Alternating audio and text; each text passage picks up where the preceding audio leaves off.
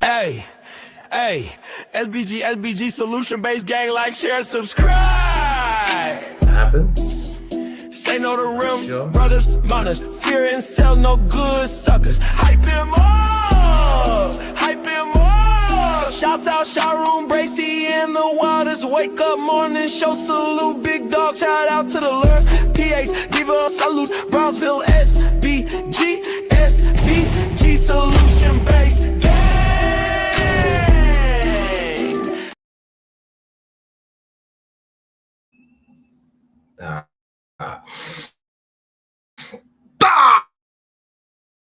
Let's go. Having technical difficulties, but we are going to get through it. It is what it is. This ain't our first rodeo. We've been through technical difficulties before. It's wild. I don't know what's going on, but we're going to get through it. Man, what in the world is going on? Is this what y'all voted for? Ni hao, my brother. What up, Toots? Too strong. Good day to you, CJ. Hey to you. Appreciate you so much. Let me see if this thing working out. Let me see. Hold on. Let me see. About to be a situation. Hey, hey, hey.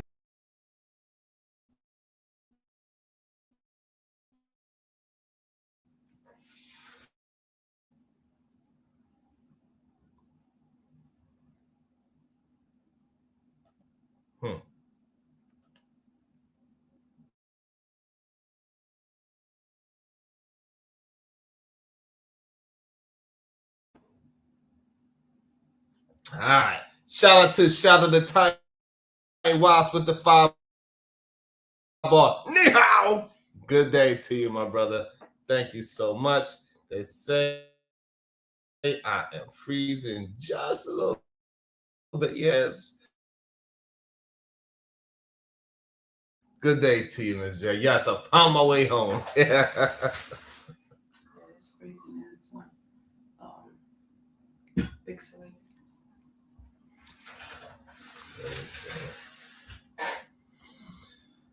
How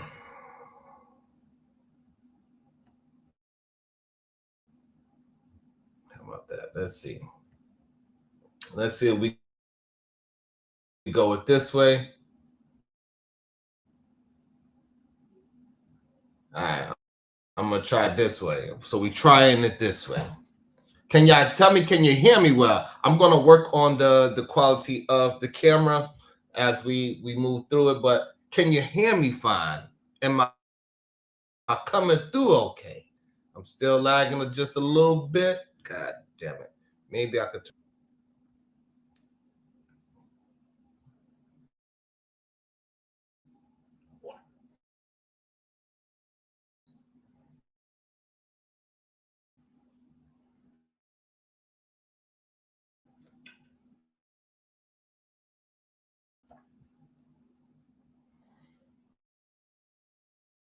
We figure out how I could maybe lower the quality of the video, something like that, too, so it could be a little bit. Let me see. Let me lower the quality of the video. Let me see. Yeah, that doesn't work. All right, go with this. All right. Okay, video lagging, audio clear. So today, since I'm doing all that, so maybe I'm gonna need my brothers and sisters to come and help me out a little faster because I am not understanding what the hell is going on. How is this all happening? Who voted for this craziness?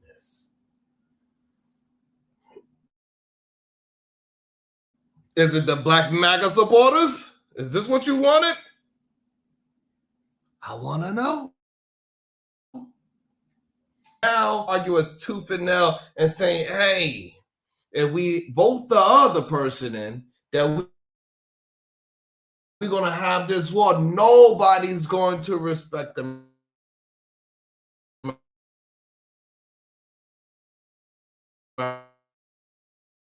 America. I want to know. They keep telling me to wait. Just be patient. Peace for this is to understand. Why were you so hard-headed?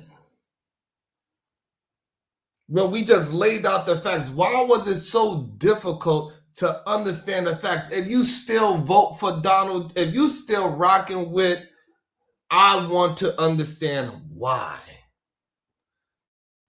I want to understand why you still support it. I want to understand, do you support this straight up home use thing? Because it doesn't seem like it's working. Spirit Airlines been in business. Somebody tell me what's going on.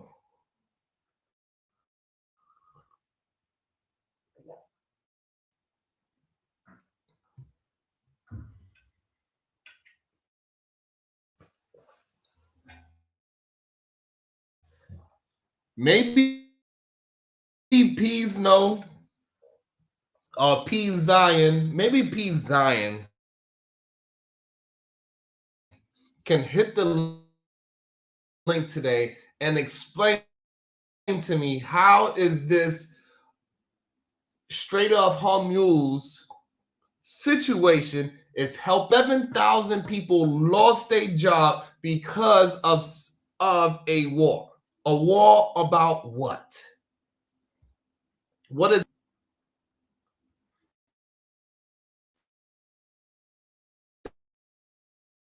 it could possibly be next? Let me drop this goddamn link because somebody's going to explain to me. Not only that JetBlue can possibly very strange things on how they are attempting to decide what kind of money they're going to be trading with.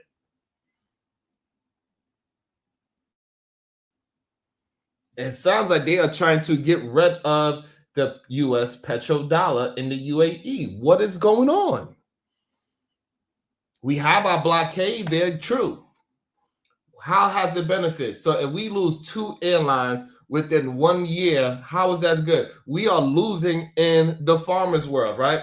America is not doing good on this farmers market situation. What is it that we are going to do? Can somebody that is a Donald Trump supporter please come up and explain to me how did we get here?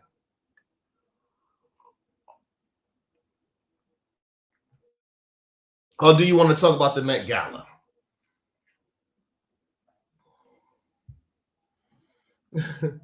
Or should we talk about the Met Gala?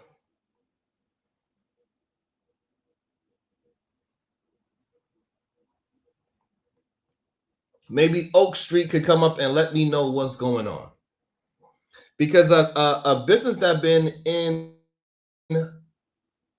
making billions of dollars for 34 years just closed because of that shows how small these margins are.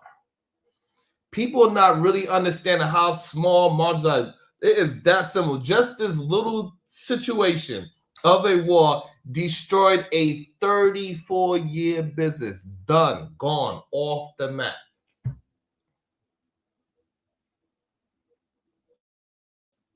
That's crazy. That one thing. And this is why when we was having a conversation before, a long time ago, when everything was in the running, when all these black MAGA supporters, when they say, what do you have to lose? You could lose a whole 34-year old business. And then, I did see a couple of these black MAGA supporters. They tried because of the people that was flying in and out. Hey, listen. It don't got nothing to do with that. It got everything to do with policies. We told y'all from the first term that he is bankrupting businesses in America. Why are y'all supporting that? When we showed y'all last time that he is bankrupting farmers, y'all was like, we don't care if we lost $9 billion in that farm. And then now we move on to 2020.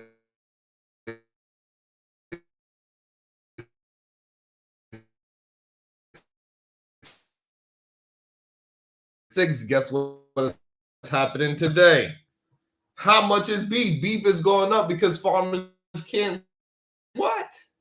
They got to figure out some kind of way to fall into the consumer hands.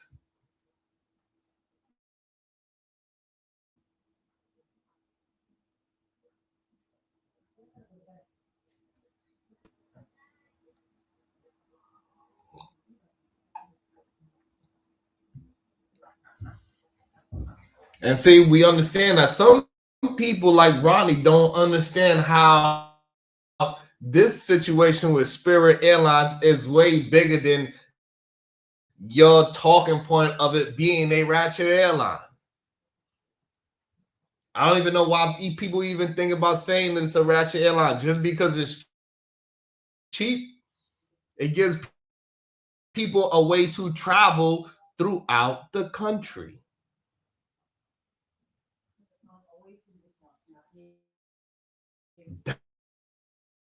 That is what is important. What people not actually realize, because so let me help y'all out. And they getting rid of people like the Spirit Airlines will help people throughout United States move around domestically.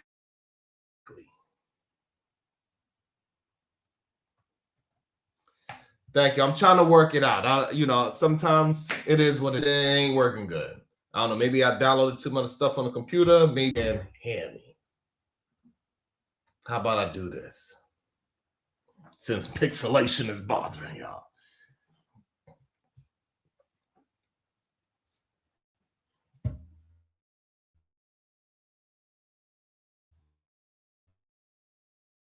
So, I don't really get it. And the link is dropped. I believe the link is there. Let me make sure, because I'm having issues with getting into other things, so I cannot pin it at the top. And thank you so much, Zion. Thank you so much for acknowledging that. We understand. But I guarantee you won't hit the link and explain to me how has your vote worked good for the American people so far. We've seen job loss after job loss. For some reason, people that are in support of this man or this regime, they are afraid to actually have this man, even though we understand what is going on. And if you're not paying attention, you're going to be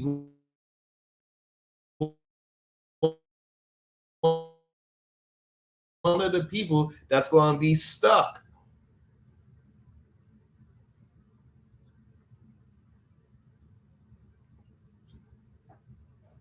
No, that has nothing to do. And the issue is to maintain a real conversation. They will talk about everything else besides that. They actually having a real issue. Good day to you, Corinne. That's when you know that they are losing the argument horribly. They are losing sight of what it is horribly.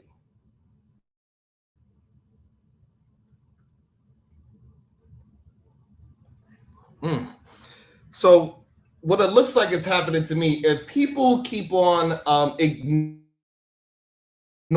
all of the things that are in your face,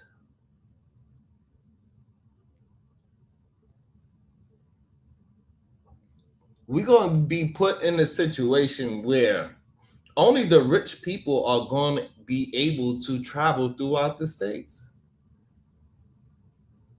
So if we keep allowing this thing to happen, right? Spirit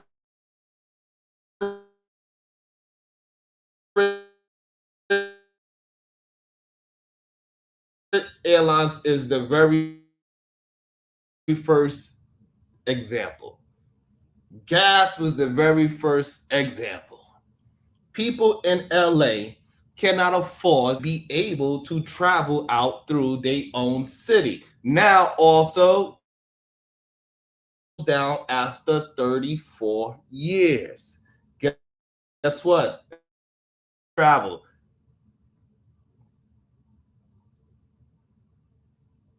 And if it keeps going down that line, only rich people will be able to travel out through America.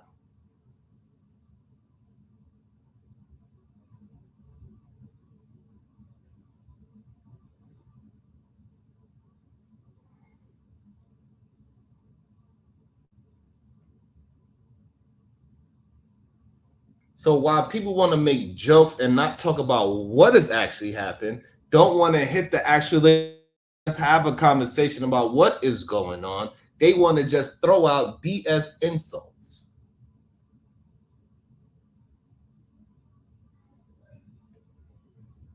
It's just very weird for me to hear people act as if they don't care about poor people, like they are all the rich ones. Why is it so difficult for men, especially my brothers, to just be honest about what is happening today? Why you can't have a real conversation about what is going on?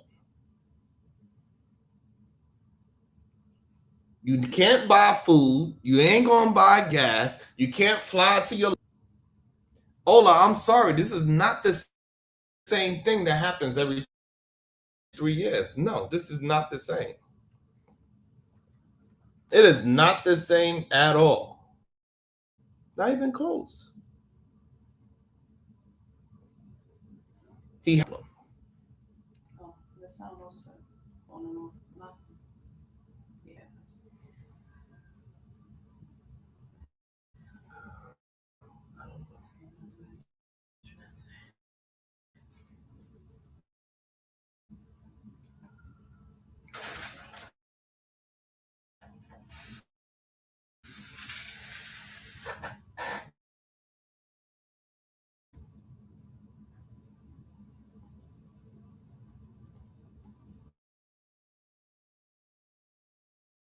And so another thing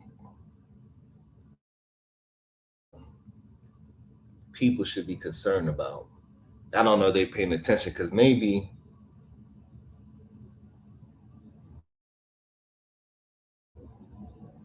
too many people are concerned with the Met Gala. Maybe actually get into his own day doorstep. Maybe too many people are just trolling on it about anything what's really happening. Because we know most of these people are just trolls on the internet. They don't actually care a damn about nothing or nobody. A lot of them been clinically diagnosed.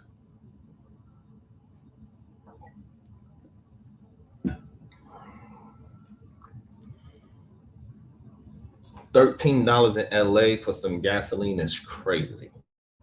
Double-digit gas is crazy. But the UAE is possibly deciding. They are flirting with the option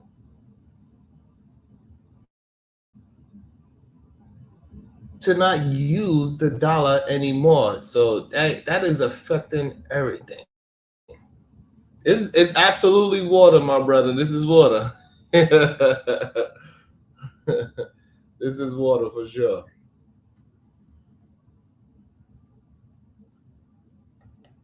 About to be a situation. Hey, hey,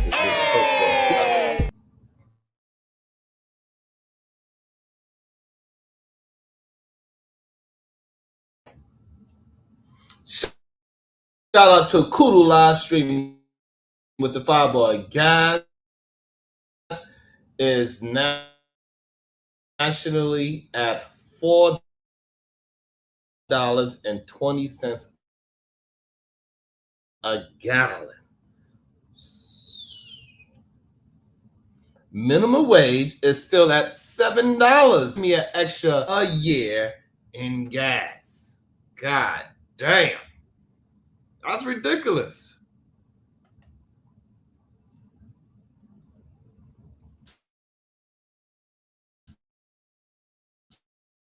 Shout out to Aaron Toulouse with the Fireball. F Spirit, they charged me $100 for a book bag with heels on it. They are trash. I understand your pain. I understand your pain. However, places like Spirit Airlines, Frontier is probably next, Southwest, and JetBlue is on the next chopping block. They were very important because they allow people to move domestically through to catch flights and get to places in a timely manner.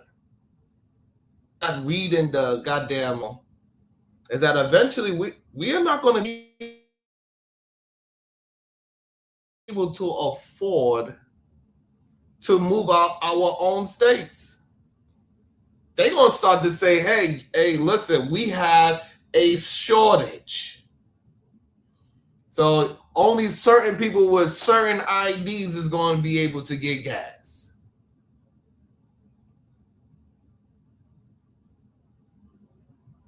That's the bigger picture.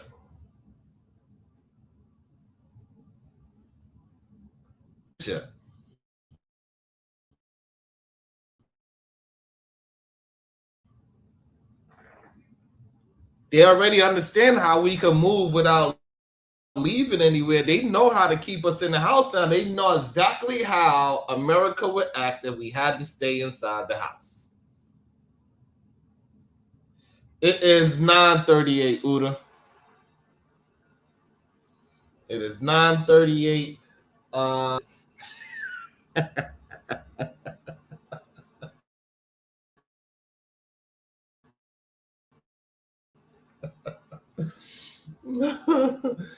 Oh, I know we're a day ahead. That's what I do know.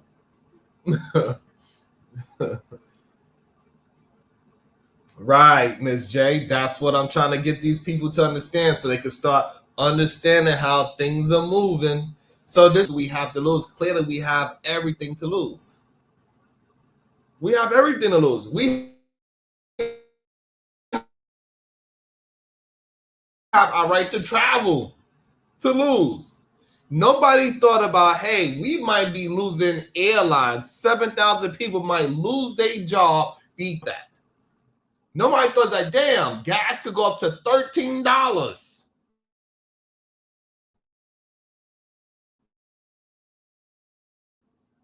because of this.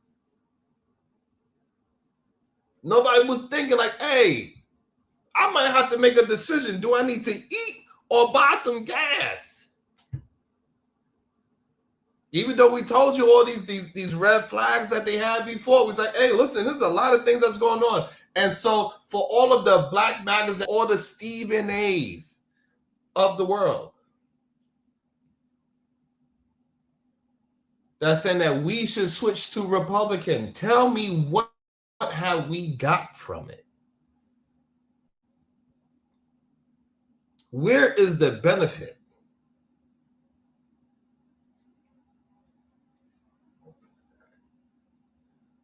And Spirit Airlines also had a whole bunch of black folks as well, too.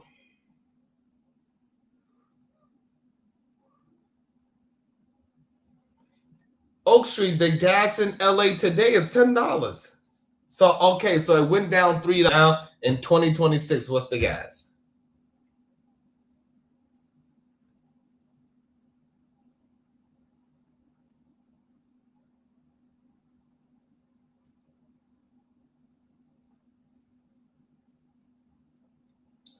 Well, Oak Street, put it in the goddamn super chat, or you can hit the link.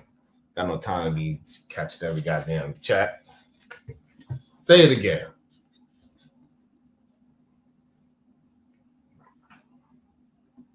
So yeah, you could say F both parties, nothing to the game from both parties. But one thing we know for sure, if we was with the other party, and we would have voted the other way, most likely we wouldn't have lost no goddamn 7,000 jobs just a couple of days ago. We wouldn't have been firing all these people because of DEI and all this other situations. We wouldn't be firing 4-star generals. We know all of these things would not be happening.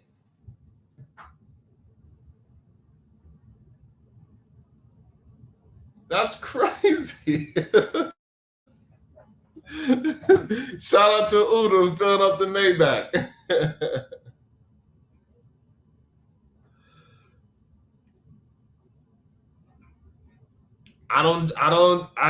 We cannot agree with that at all. One thing for sure, Aaron Tuluc, is we cannot say that we would have been in a worse position if we'd have went the other way. That's just crazy talk from what we understand now within 1 year.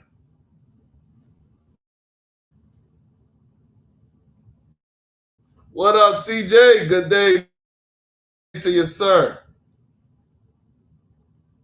The fact that it seems like it seems like a lot of people just do not care.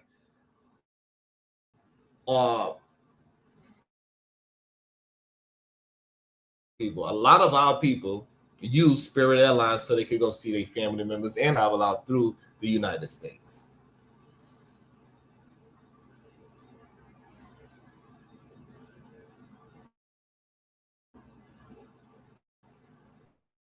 Barrel of is $111 right now. What are you talking about? You a couple of dollars off.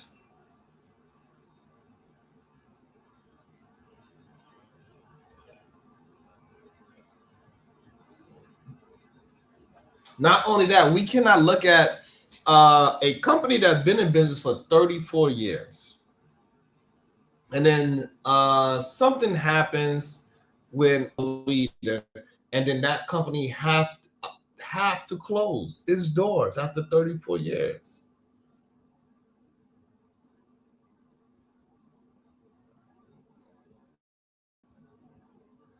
A couple of people that I know that just happened to go to Miami, happen to go to other states. They flew Spirit because they wanted to hop on a quick flight, quick, fast, and in a hurry. They hopped on a Spirit, left their hometown, hopped on a flight, and now they stranded because now the goddamn place closed down.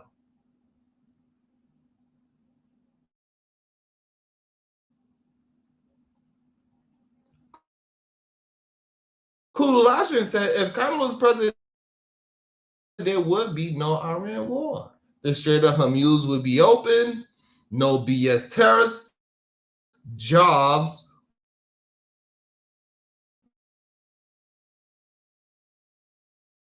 happening. And if we cannot see past that, oh, Spirit is a business for 34 years is more important than saying that Spirit had ratchet customers and it was only people flying to Miami and what.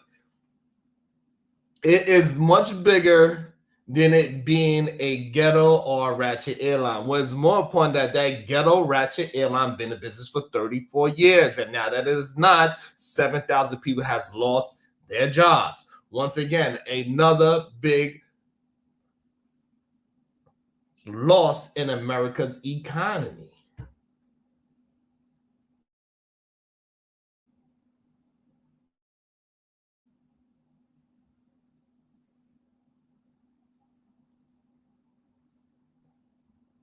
That is the real concern that people need to understand. Like, hey, it's not necessary. It doesn't matter what airline it was. Any airline that had to close its doors suddenly like that because of a one situation, that is a problem.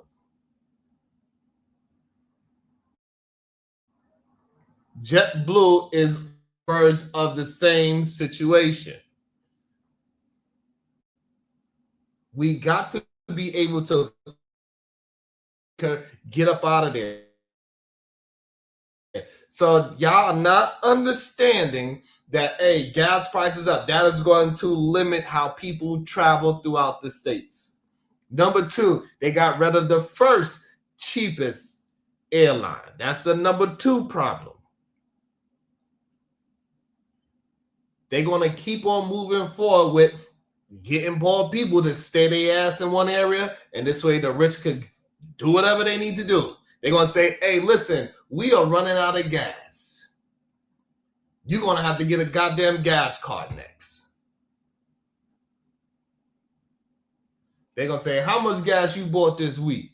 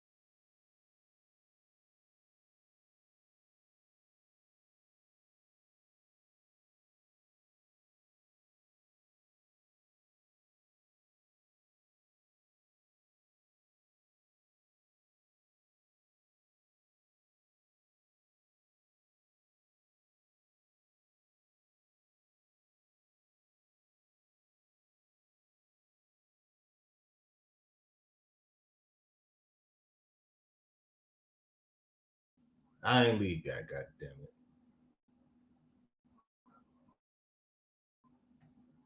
I don't know what the hell just happened.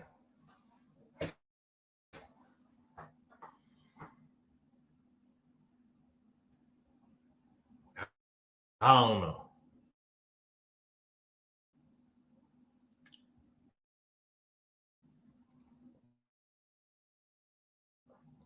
But I do know there's a lot of people that still, I know it is still, you can hear me now? Thank you. Yes, we're back. We ain't letting it, we ain't stopping. We ain't letting nothing stop us, god damn it.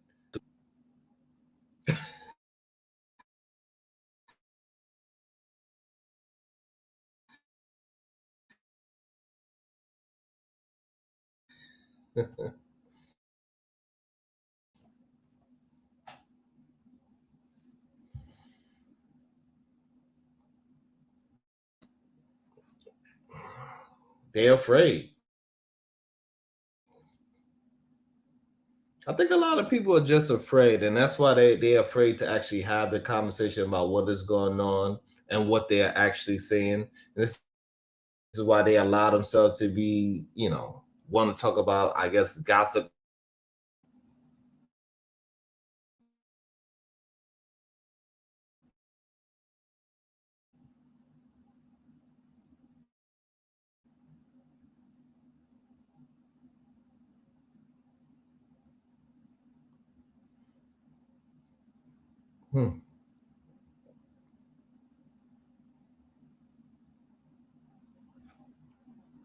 It's just, I don't know.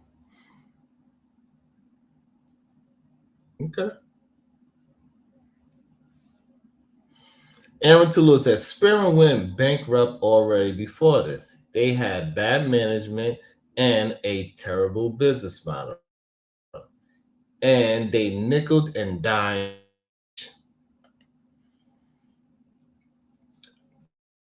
So they definitely did nickel it down because they model was this to get you in the door. So they got you in the door with cheap tickets, but they charge you for everything. They charge you for the goddamn air. They did nickel and dime. That was their idea, to get you on the goddamn airplane and then make you pay for everything else. I get it. Yeah. Struggle streaming like a motherfucker today. See, the sound was good with the video. Hmm? When the video the sound was good.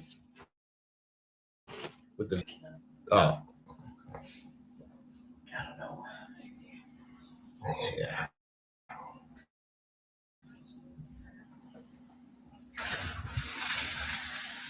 And I really believe majority of people that's on that is matter. They just want to punish black folks. That's what I actually believe. I think a lot of people don't mind punishing. I think they don't mind as long as black folks are the ones getting punished. They actually don't mind. That's what I think is happening. That's why they don't really care that Spirit Airlines is going down the way how it is, because they believe Spirit Airline is real life soul plane. They actually believe that Spirit Airlines is the black airline because that's where most black folks fly out of. That's what I think people don't really actually give a damn.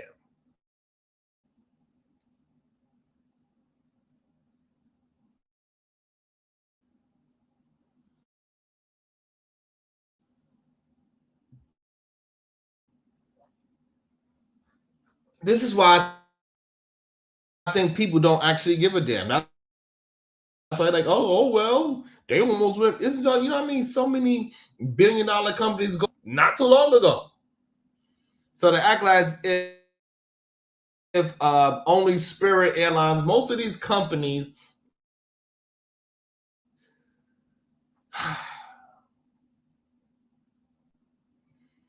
like I get it that we like to just try to frame it as if everybody else is just doing so much better, and that's something better than what the Democrats attempting to at least maintain.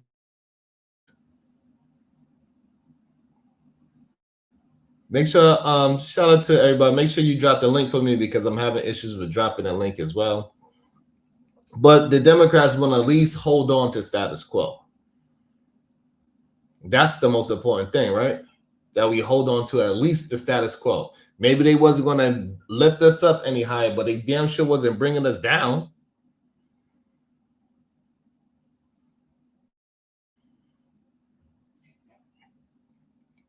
Lady D, that's what it seems like to me.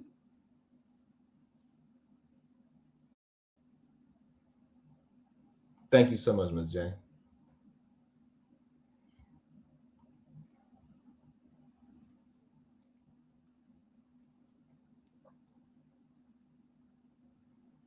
And then, so what y'all gonna say if JetBlue becomes next?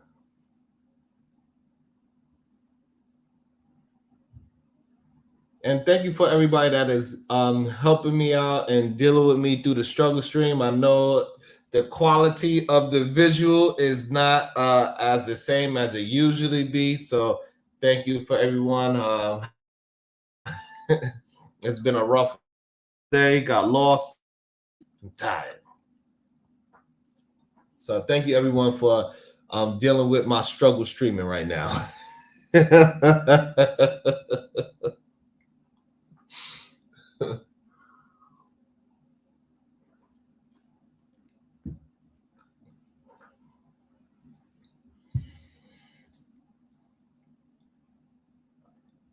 But this is also the problem that people like Trigger Mike, Killer Mike is having as well, right? Killer Mike, he was saying all that other nonsense as well. He was the one that was going against the Democrats at the time when Trump was running for office as well. And then now he see this whole rewriting the districts. It's a problem.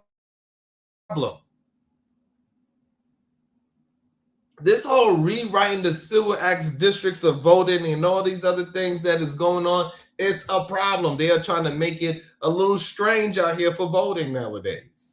Again, what are you going to get from the Republican Party is all I want to know.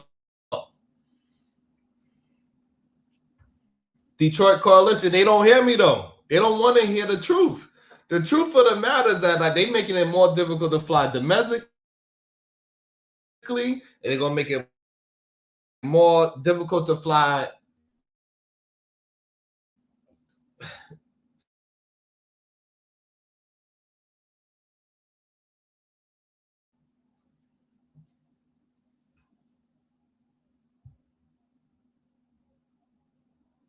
Listen, it's going to get difficult. How's the like? Because I can't even see where the likes at button. The link is in the chat. Shout out to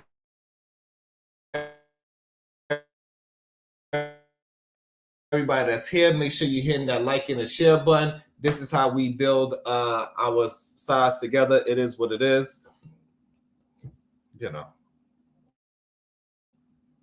is what it is. If it's lagging too terrible, maybe I will have to drop and try to reset everything and come back. I'm not sure.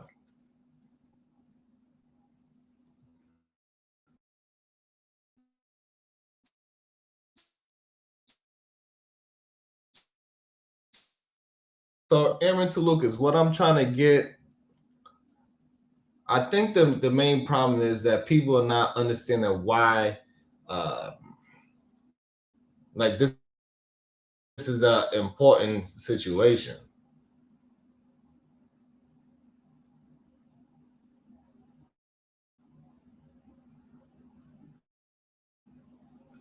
Is it too difficult? Like, am I too choppy? Is the visual too choppy? What is it? Should reset?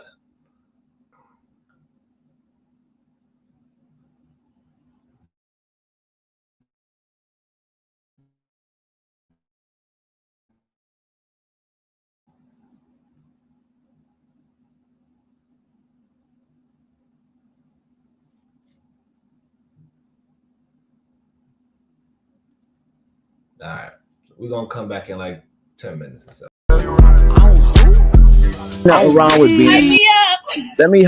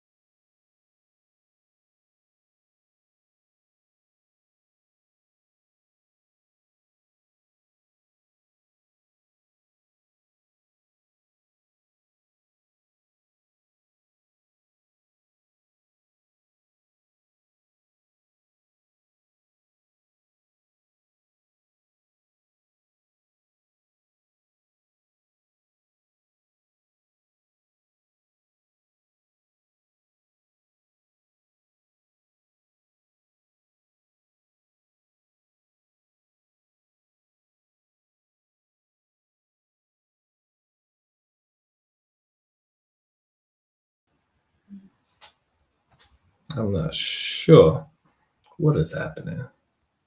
Are we live? Or are we live?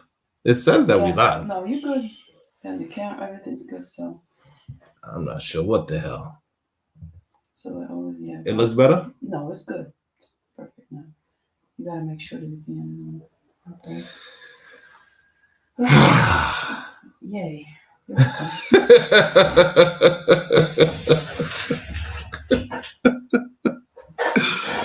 I don't know.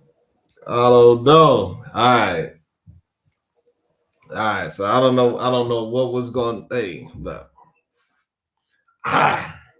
now we can have the conversation.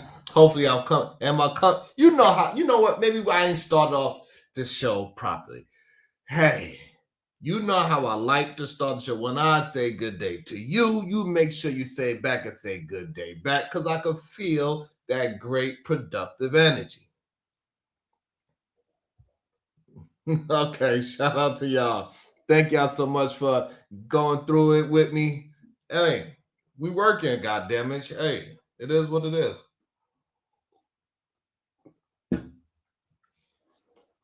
So now that we got that part corrected, thank you so much, Huda. Thank you so much too, Sean. Shout out to y'all, man. I really appreciate it. The link is somewhere in the chat. I'm not sure where it's at, but I'm sure the link is somewhere in the chat. Y'all can drop the link. Y'all can come up. We can have a discussion about what the hell is going on in the world. Why this Spirit Airlines should be an eye-opener for most people and not just say, hey, Spirit is a bad company or Spirit was doing bad business. Hey, other companies might be following the same situations. You know, for example, JetBlue might be following that same example of closing the doors because they are $1.7 billion behind. JetBlue is right next to them. And with this whole situation with the oil and the Strait of Hormuz, the thing that it is creating. Damn. Let me see how this part is working.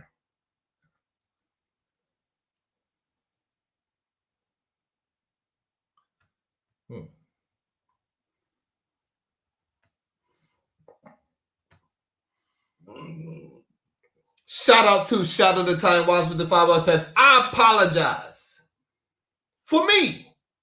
Decision on Trump. Damn. Well, at least somebody is starting to at least recognize their bad decision making, right? And he was hoodwinked. He was bamboozled. He didn't know. He thought he was making the right decision, but at least his eyes are open. Welcome to the show, Shadow the Time Watch. Let me see if I can hear you. Are you coming through clear? What up? Yeah, you're coming through clear. I see you clearly. Okay, awesome. I was going through it, man. I was saying. I apologize for my outburst. Hey, Shadow, I think it's kind of crazy. Why do you think people are not willing to just admit that, hey, man, like this thing is more serious than just Spirit Airlines closing, but it is a 34-year-old business that is closing. 7,000 people lost their jobs, and this is possibly just the beginning to what is coming if this thing doesn't end anytime soon. I mean, Spirit, I kind of saw coming. A lot of people saw Spirit coming, but not like it did. This was kind of a sudden shift. But Spirit's been trashed for years. But yeah, like I was getting gas on Sunday, and it was $5.15 a gallon. All I could think was, fuck, Kulu's gonna look me in the face and laugh.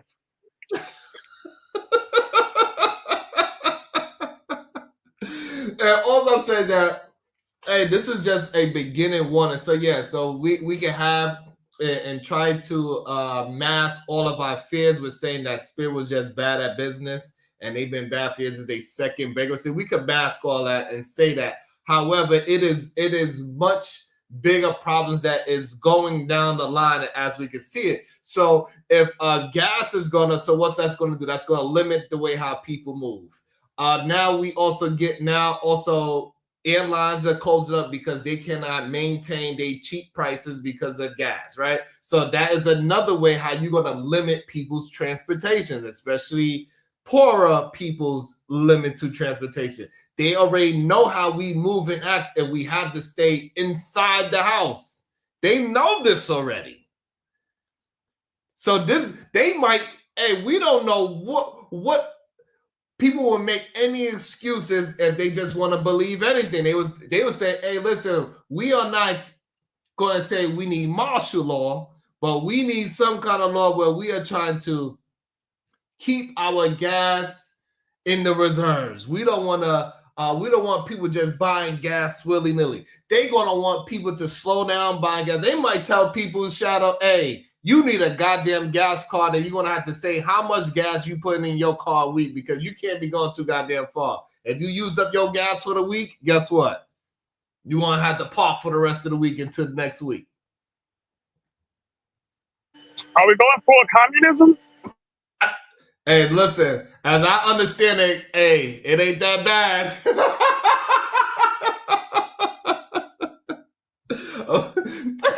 Unless you're in Cuba. Cuba looking crazy right now.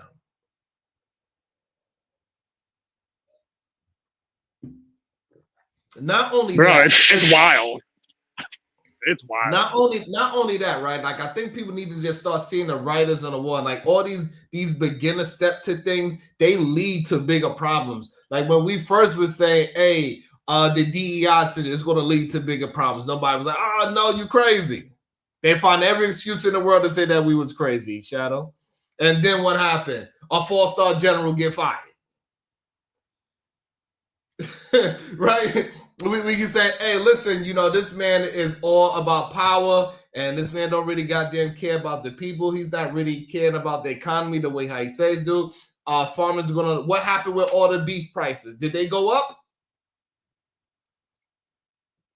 Beef is ridiculous. Yeah, beef is ridiculous right now. I think I bought like a 5-pound bag of 98% lean ground beef for like $32. I was like, God damn, I don't think I've ever spent that much on beef before. So, you know, like, and this is one of my main arguments when we was trying to just compare the two candidates. Like, hey, listen, the last time he did his thing with this whole tariffs and what he did to the farmers, it caused a price jump. It caused farmers to close down. And guess what? People looked at me like I was crazy. Oh, well, they can't compete and they're going to have to close up their farms. They don't know how to do business. So what?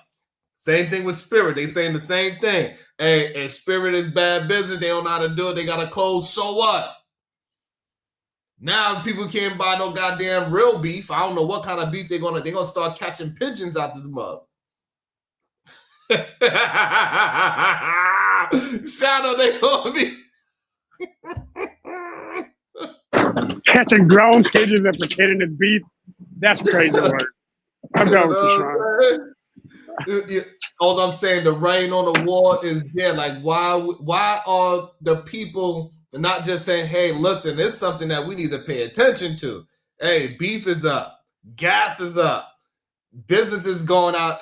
There's plenty of business going out. Hey, in New York City, is absolutely ridiculous what's going on to businesses out here. Hammered. Yeah, I think there's a lot of businesses that have been forced to shut down just because they can't do the logistics now. Right, because everything is so tight in the first place. We can't afford all this extra gas prices and this price. And beef is going up for us. You think it's not going up for the goddamn store that's selling the restaurants? What they gonna have to do? Oh no, their prices are increasing. You can see it month to month now. Like, I mean, it's the same price to go to McDonald's as it is to go to a regular restaurant. Yeah. That's insanity. And people are acting as if they don't want to see it. They have a blind eye to everything that is going on. Nah, Sharon, you tripping. Towers ain't gonna, the word towers, it seems like it is. Oh, this war now, we're just gonna blow it up in 3 days and we're gonna turn it into a glass desert. That's all. That's what I said. Look, I apologize for my outburst. I see where So, look, I voted for Trump. It is what it is. I understand where that mistake was. Brownsville's going to come up at some point, and he's going to be like, finally, the brother saw it. Yeah, I see it. Yeah, that's awesome. That at least you can see the writings on the wall, right, and they're able to express the writings on the wall. Also, I can't see any positive. Like, I can't see any can't. positive now. Like, there's no positive to him being president this term. Everything that he gained has reverse track and then gone deeper. He's literally digging a hole now. You guys, give me some thoughts on that. What you mean? Think about it. The economy is now in a backwards climb. Food prices, backwards climb. All right, the amount of wars that we're in, even though we haven't fully said we're in a war, quote unquote, we're literally being treated as if we are. So that's dead. So everything that he said we wouldn't do, the only thing that's actually been kept on is the promise for the taxes that were in the big beautiful bill, which again, those are effective now. But even that doesn't make up for the fact that when that people are losing jobs faster than they're making overtime. So the unemployment rate is up. Everything that Trump ran on is failing right now. That's wild. Except for bringing the immigration issue, but then he started selling those, which I guess helped the same thing. But you're like, we're gonna reduce immigration, and then hey, I'm gonna start selling these immigration tickets to anybody who can afford it though. Then you're not reducing immigration, you're just selling it. That's not the same sentence. So I don't know. And where's all this extra money that he said was going to be coming in for these tariffs? It's going into the gas reserves. Because somebody just said, "Oh, nah, the tariffs helped." Helped what? Where and what did it help? That's what I'm a little confused about. But hold on, I am gonna say this though, and this is something I'll stand on. A lot of our gas issue right now, the reserves, I still put back down on Biden because he sent a lot of oil to Ukraine, which was our backup reserve in case something like this happened. And now we don't have that oil that we should have had. So Biden and Trump are at fault for that. Trump for being an idiot and Biden for being an idiot. Damn. And also, like you see what's going on too. Like we got the UAE, man. They flirting on not using the petrodollar. And if that starts to happen, we gonna really be in trouble if that starts to hurt us. Right, because the USD is the prominent trading mechanism of the entire planet. For 85% of civilized culture. And the reason why that is scary, even that they even thinking about, they even flirting with it, that is they saying it in a public where now it is a conversation that I don't think people understand how important that is, right? You know what I'm saying? At one point in time, that was like blasphemous to say something so crazy like that, because a missile might just happen to drop somewhere and you say something like that out loud before. Bro, and it's worse because remember, I trade currency. So I've been looking at the currency market recently. I'm telling you, I'm watching the trends, and some of these trends are bottoming out.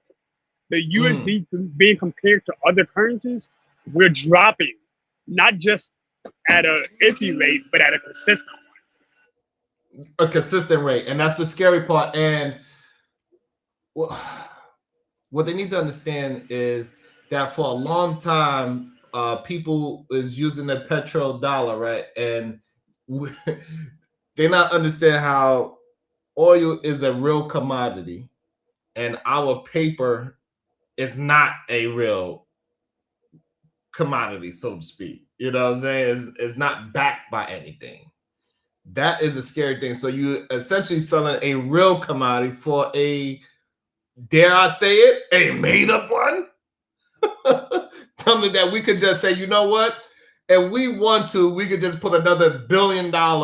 We could just print another $1 trillion if we wanted to. So therefore, it's a scary thing when you really think about how things are supposed to move. People need to wake up and understand what is actually happening. Welcome to the show, ADS. Good day, sir. How you doing? What is your thoughts? Good morning, Sharon. Good morning, Shadow. How y'all doing today? Good day What to up? you. Good day to you, sir. No, I was going to talk about the Spirit thing, right? Because I worked with them for a minute in 2022. Okay. And they were trying to sell to JetBlue at the time when they hired me in, right? As a cloud solutions architect. And I was like, uh-oh, this doesn't sound good to me to stay here for too long, right? Because they already trying to sell, you know what comes with wholesales, especially when it comes to businesses, right? They eliminate a lot of those positions almost instantly. So I went back to what I do now. Thank the Lord it was still available. And that's how I make my money. But Spirit paid, I mean, they paid pretty well. I give 135K. You know what I'm saying? That's not bad. You can live on that, eat on that, you know, do a couple vacations if you want, you know. And but the catch with that is that they want me to move down to Miami. I forgot the name of that place down there close to Miami where they were talking about they were located. Gosh. But yeah, man, working for them was actually pretty nice. It was decent. They were really cool. Like I said, the only reason I didn't keep the job at the time is because I didn't move to Miami, right? But you know, great job all the way around. Kind of sad to see them go out like this, right? Like, you know what I'm saying?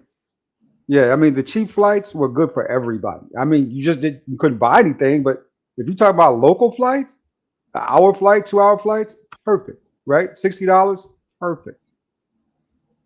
And why do you think so many of the Black MAGA supporters are in like damn near in celebration that this is happening?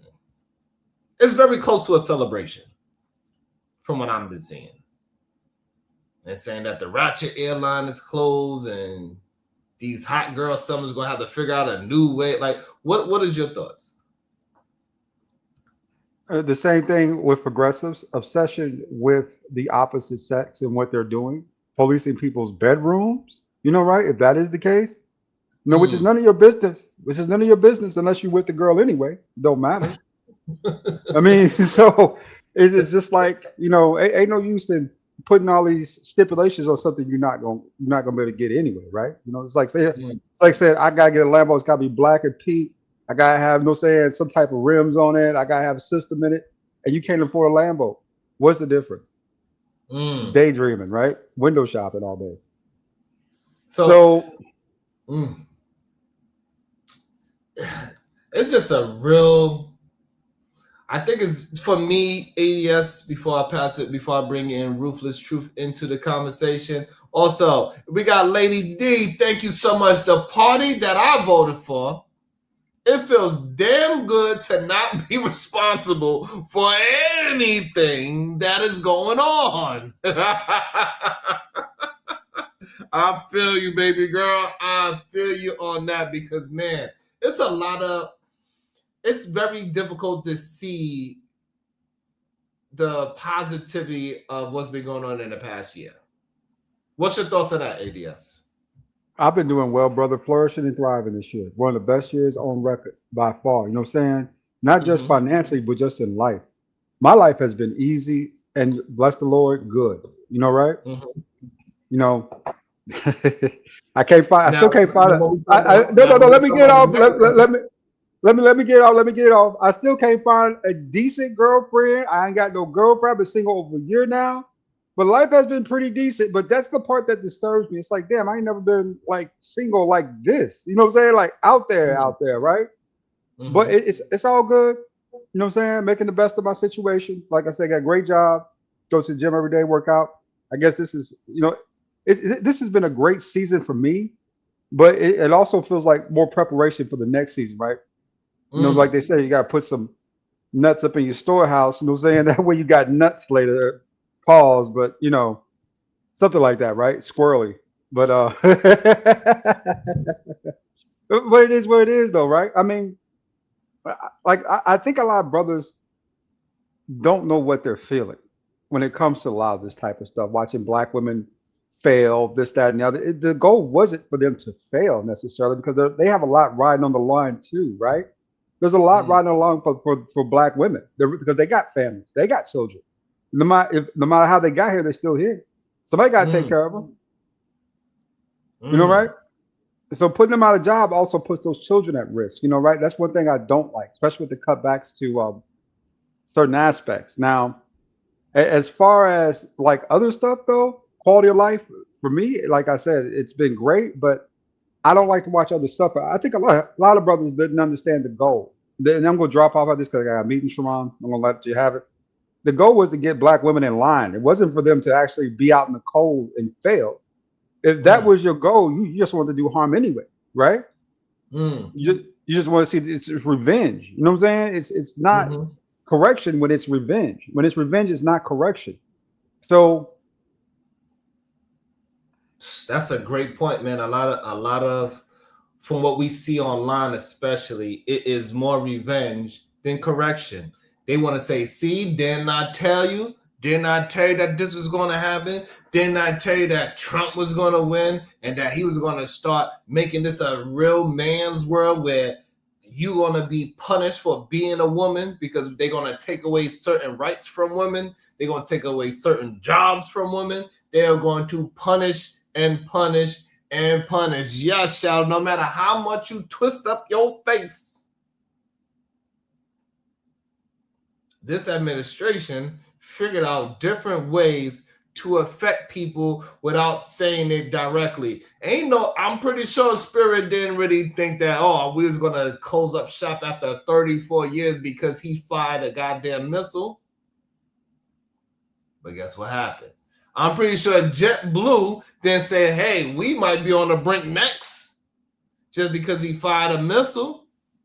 No, it's a combination. I'm pretty sure Spirit Airlines did not think because he fired a 4-star general that they was going to have to close up their business after 34 years. ADS. This is a combination of both administrations. That's one thing you're not calling out, Shawan. Now, you got to call out on both ends on this one, right? The gender banging thing might be one thing, but on this one, it's a whole nother. I was there when they were negotiating with JetBlue about the merger, right? Like I said, that's what scared me away from Miami. You know what I'm saying? Is that you're in the middle of a merger and you just hired me in. I don't want to be a part of the guys who get laid off almost instantly, right? And taking the job. And the Biden administration blocked it. They said it was too big of a merger, right? Well, the Trump administration didn't give them the $500 million either. So it's a combination of both, because right now, if Spirit would have been under JetBlue like they were supposed to be, we wouldn't be having this conversation. All those people still have jobs. Well, a lot of those people still have jobs, right? And things would still be moving along smoothly. Well, I'm not sure we can say that because JetBlue is about to close up shop too. They 1.7 billion behind the ball as well. Yeah. I know that as well. But the merger would have kind of quailed that, because now they're on the market on cheap flights for the most part, forcing Delta and United to drop their prices as well a little bit lower, right? I mean, for local flights, I always like Spirit because, like I said, it's an hour flight. It's $60. I can hop and go. I can go any place I want to go. Flight, yeah. Well, hour and a half, 2 hours. Gets to 2 hours and some change. I go to Delta or United because I'm gonna want something to eat and some to drink. So I just buy it in the ticket.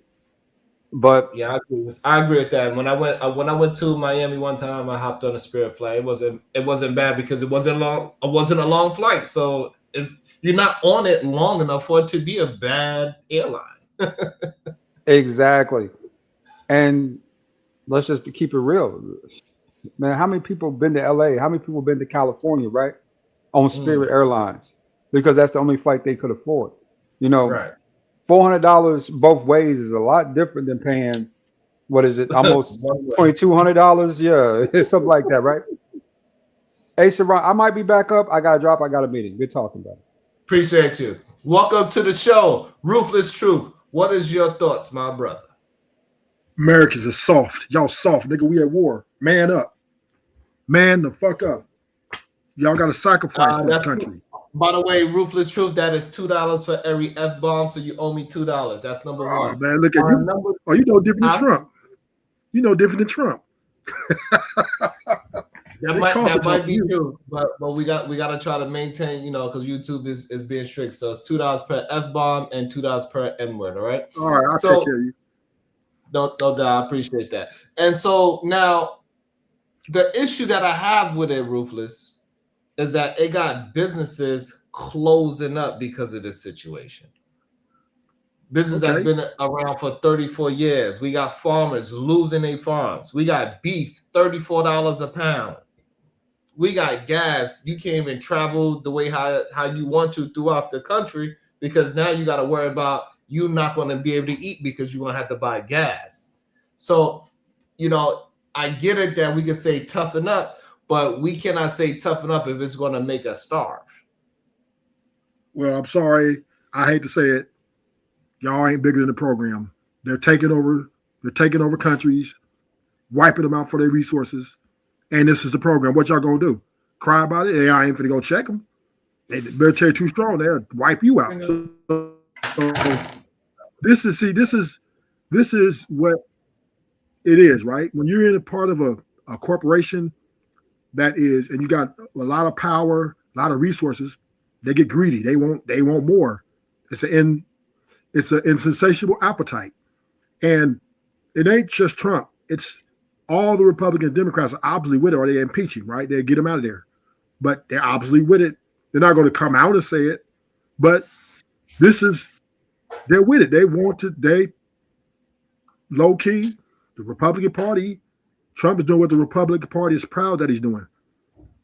Because it's not that it's very uncommon. All Republican presidents go to war since I've been living. I've never seen a Republican president that didn't go to war. Bush, you name it, right? So when you voted Republican, I'm sure you had to understand that they're warmongers. They won't take over things. They want to take over the world.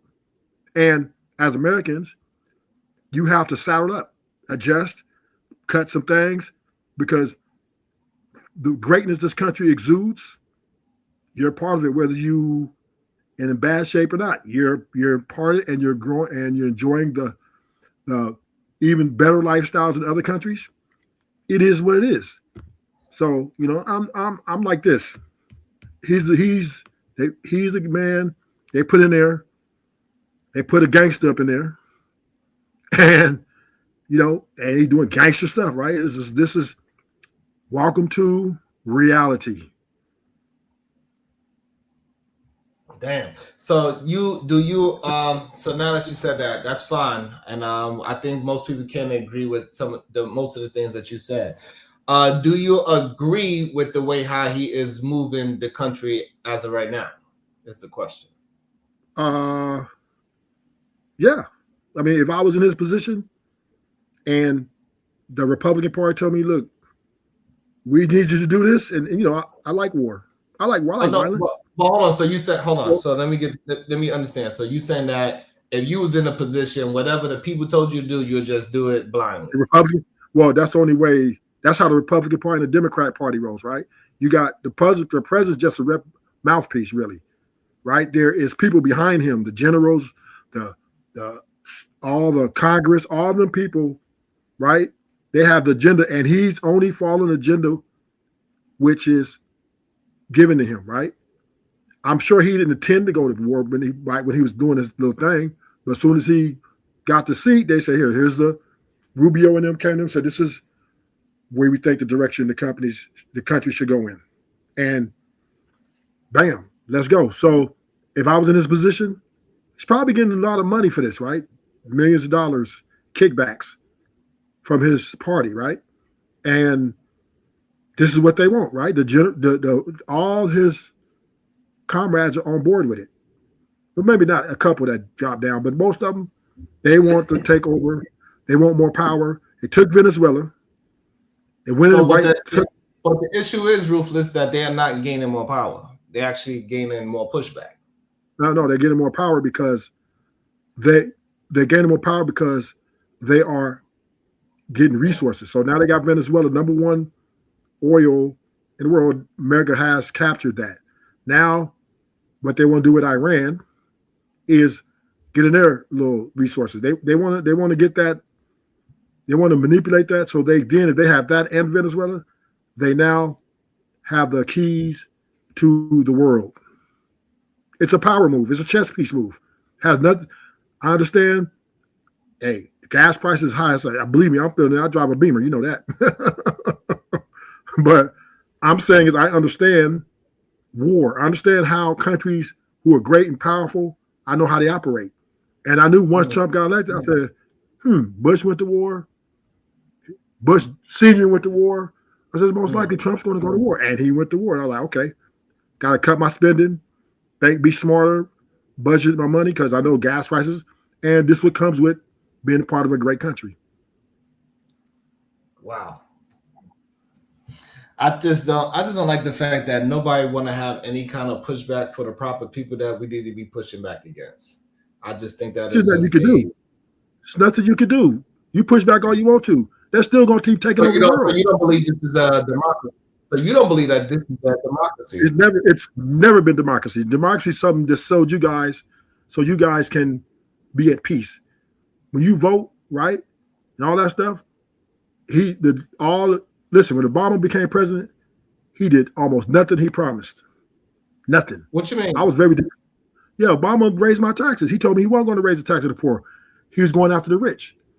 But then when he became president, he went after my taxes. At this time, I was working as a sous chef, and I see my check is literally cut 25%. I'm like, God dang, Obama, you hit me, baby. But I understand presidents lie to get the votes. That's what they do. They go in there.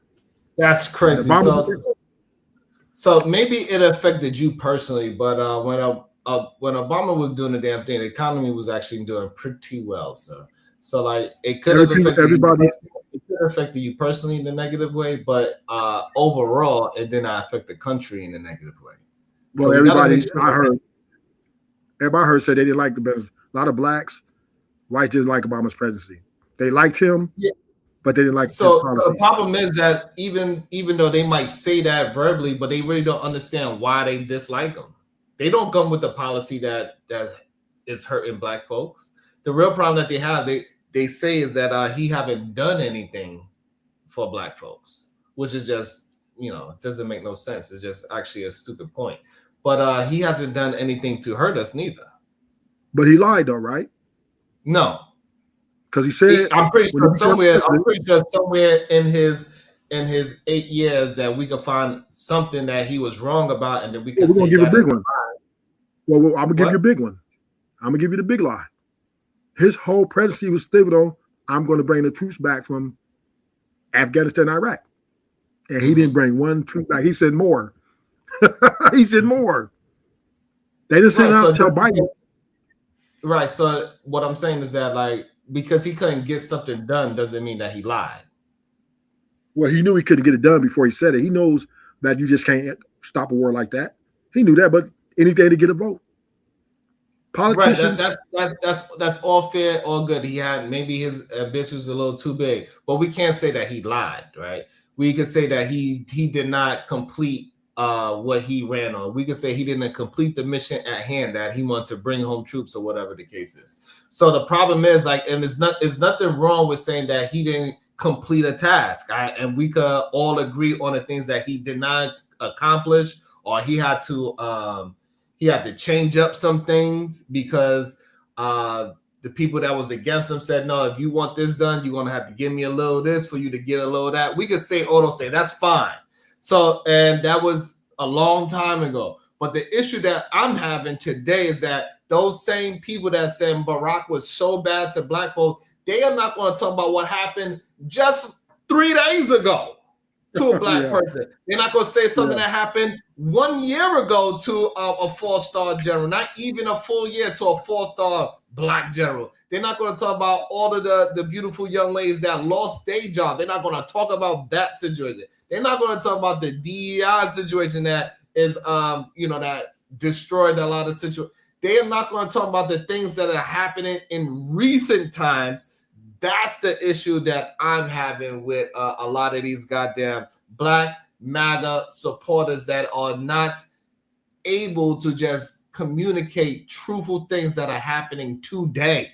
They always want to jump back to Barack or Biden instead of what happened just in 1 year.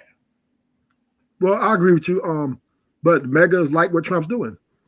Men And let me Say help that you again? out. The MAGAs like what Trump's doing, obviously, right? Not Damn. but men, since this world has begun, right? Except you, Shot Titan. I know you switched up on the program, but No, just he's not moving like a conservative. He actually broke every. No, we ain't gonna do that one. I'm gonna stop you right there. No, everything he said, everything that MAGA stood on, he did the opposite.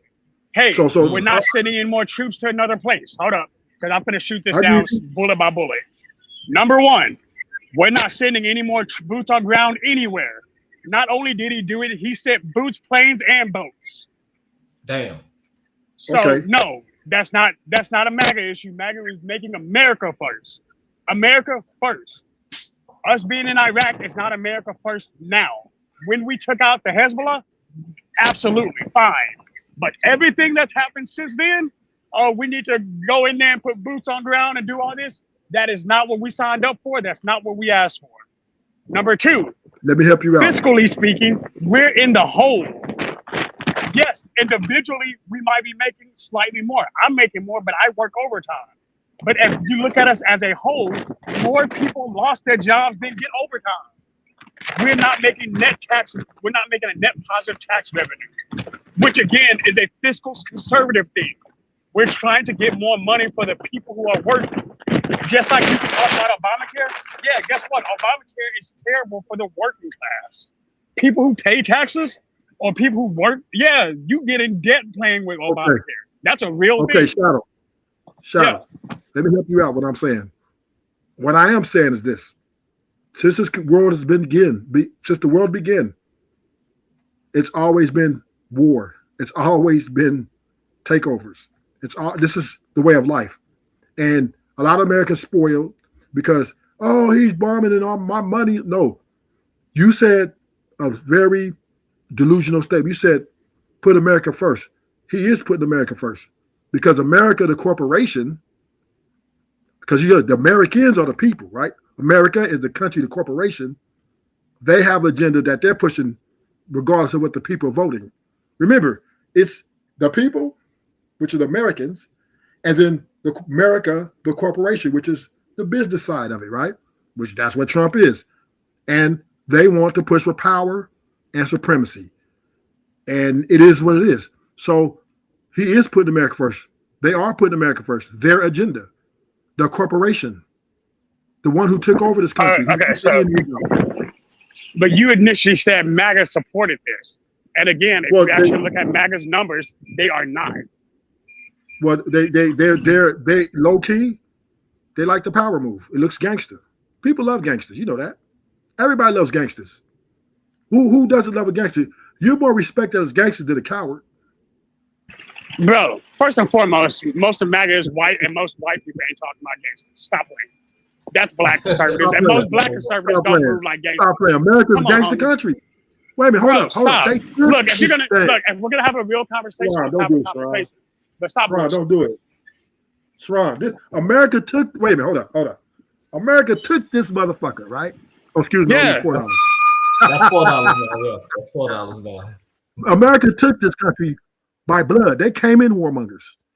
So they haven't changed. So what the hell does that have to do with the price of tea in China? Nothing. Because they're still going to war. They're still going to war, and they're taking shit over. Okay, you want to talk about wars? Let's talk about war. Why did Bush go to war? Because they wanted quote unquote attack first, right? They want quote unquote attack first. That was the. I'm not going on conspiracy theory, right? I'm going on what we as Americans saw. Okay, go ahead. Okay. We will take the resource. So we got attacked. We responded, right? In this time, did Iraq attack us directly?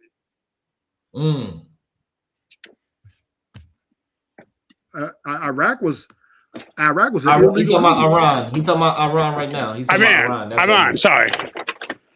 That's Iran? on me. Yeah, that's another. It's Iran and Iraq is the same thing. Did either I attack us? Fuck it. I give you both of them. Which eye attacked us in the last 2 years? None. I'm saying it's all a lie. We know. Okay, so what? So why are we in Iran? Because they want resources and power. Great. Okay, I can understand that. Now I'm going to ask you the question I asked you at first. If Trump said we're not putting boots on ground again in order to do that, why are there boots on ground right now? Because And it was. and if so, how the fuck is that? You know, I'll pay you. How the fuck is that conservative? How is that MAGA? Again, Which is let one of me the help you out. premises of MAGA. Sometimes the plan has to change. Sometimes you got to. You may have one plan, then you got a plan A, B, C, and D. Hopefully, you just get to B. Go over there, bomb everything, take it. But if that doesn't work, they got a plan C, D, E, F. Right? Put the boots on the ground, whatever. Did Trump say we will stop the endless wars? Yes, of course he's gonna tell you. He's gonna tell you what you need. Is Listen, I that a don't think premise my of MAGA? Wait, is that a And- premise of MAGA? Well, I don't. I'm gonna have to disagree. He didn't really Yes. say he's gonna stop pouring. Yes, it is. Wait a minute. Let me say this. Yes, he Let me did. say this. I'll pull it up to Let you. me say this. Let me say this though. Right? Hold And on, let me- Ruthless. Hold on. If you're gonna say that Trump didn't say that, then you're wrong. So I'm just No, gonna he stop said you it. before you say it. No, he said it, but he didn't say it, right? Because a war on immigration. That's a war, right? So once again, right? Bro, So he kind of what soldiers are we Hold using on. to stop him? Hey, Hold stop on, that. hold on. Please don't assault my ICE, intelligence. Come on, Hold bro. on, ICE, hold on, Ruthless. ISIS, Hold on, ISIS hold law on, Ruthless. enforcement, not soldiers. Sorry. Yeah, Ruthless. ISIS We're not soldiers. talking about. Hold on, Ruthless. We're not gonna play semantics and say All right, that all the right. war on drugs or the war Right. on immigration, the war on stupidity is the same Right. thing as putting boots on the ground. We know what he when he said he's not going to be in endless wars, what he was talking about. So let's not try to play semantics, please. And he's So actually it seems like maybe he's conceding to Shadow, but he don't want to actually just say the words. We know our brothers have an issue with that. Let Rufus think about what he just put himself into. Welcome into the show, Cool. Good day, sir. How you doing? I'm shooting Kulu right now. He ain't finna do that. I ain't finna give him Hold on, Shadow. Let me get this in. Hold on, Shadow. Let me get in. What's this, Rob? Before Shadow shoots me down, it just blows my mind, man, that people still support Trump. People still think that Trump is better than Kamala, just because of the propaganda that they were fed about Kamala. You know what I mean? Let's just be honest. If she was president right now, we would not be in Iran. The Strait of Hormuz would be open. There'd be no tariffs. DEI and affirmative action would still be in place. So all the jobs that were lost wouldn't have been lost. Things would just be better overall. You know what I mean? Yeah, she has a cackle. You know, yeah, people may not like her, but at least it's better than Trump. You know what I mean? Also, you know, it just blows my mind that Ruth is up here trying to defend Trump, because in reality, bro, like this economy is shit, bro. And Trump he's never been a good businessman. Like people keep saying he's a businessman. He's had over 7 for like what's it called when bankruptcies and shit like that or something like that. Yeah. He's bankrupt. Yeah, he's bankrupting. He's whatever the fuck it's called. I'll pay you for that. This country right now, gas is at an all-time high, in my opinion. Food is at an all-time high, and I'm spending an extra $35 a week just in gas alone. And if you add that up per month, per year, that's over $1,200 that I'm spending a year extra in gas just because Trump wants to go to war because of Israel. Let's just call it what it is, bro. You know, and Trump campaigned on no new wars, no foreign wars and shit like that. Now they changed it to no endless foreign wars. It's like, come on, man. They keep moving the goalposts. And before Shadow loads that trigger up, I want to say this, man. Because you know he be playing too much sometimes. But like if y'all voted for Trump, man, just say that y'all messed up, man. Like it's okay to say y'all messed up, and then next election go and vote somebody else in. You know what I mean? Stop sticking to the same people that support Trump and doing what Trump says. Like for example, he's trying to cancel elections right now. His last tweet last night, and then you got Louisiana governor is canceling their midterm elections because they're afraid of the midterm. So now they're trying to all redistrict their cities and their maps so that they can have more seats to avoid what's about to happen this November. You know what I mean? So if y'all don't see what's going on, then y'all are blind, man. Like for real. Shadow, you can use your bullet, brother. There you go. I don't know what's happening. I can't play my sound effects, but Now, Shadow, you a total hypocrite. Shadow. For Kulu being half right. Shadow is a hypocrite. Don't worry, I'm finna fix Jubila soon. I'm gonna bring Kulu back because Kulu was at least talking sense. Hey, Shadow, you worse than Trump. You warmonger too. Yeah, no, absolutely. Except in this case. Because again, in order for me to support a war, the war has to make sense by the end. No. The end of this war doesn't make any sense. Let me tell you something. Let me teach you lessons that you and Sharon. I want y'all to listen. Hold up, you just called me a hypocrite, sir. We ain't finna play that game. So again, I'm gonna stand on what I said. Nah, sir. I call you hypocrite because you put that on my name. You went to war with a man on this panel. So I'm just saying you're a warmonger too. So that's all I'm saying, right? So we got a Dallas beef. We got a Dallas beef, and right now I'm texting. So, all right, what's up? When you're part of a program, you have people over you. They make decisions based on the overall sentiment of the whole whoever's in charge, right? And all the decisions they make is not going to make people happy. Sometimes you just got to go with it, and that's called leadership, right? And these things are not negotiable, and it's just the way it is, right? When you're part of something, sometimes they have a direction they want to take over something or do something, and it might cost you more money, of course, because you're paying for it. And I understand that, but this structure, this place has been doing this since the beginning of time. Since America was born on this premise. No. America was born on this premise. They came over here. Yes, they came over, taking people, taking them out, and take over, right? The Indians. So once again, America was born on the premise of war, and they've been in many of them, right? From the Vietnam to the World War II, whatever, or one. But I'm saying America has been and always will be until you guys won't be here. No, we'll be a war monger. Slap. Shout out to Ty Walsh the football. Bring Kulu back and sleep roofless. Lord. So it's 20. He ran away. He's scary. And you still owe me $4, Roofless. Don't think we don't know. Yeah, but sorry, I'm being a warmonger today.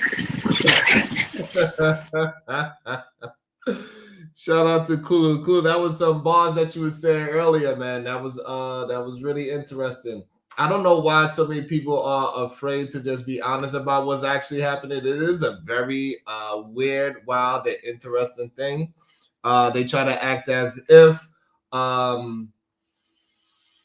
what we were seeing, what we was telling them was going to happen. They tried to say we was, try to scare everybody. We was using scare tactics. That's what they told me in Kulu, in Bomb Cherry and Brownsville, that we were just fear mongering people. That jobs is not going to be lost because he's such a great businessman.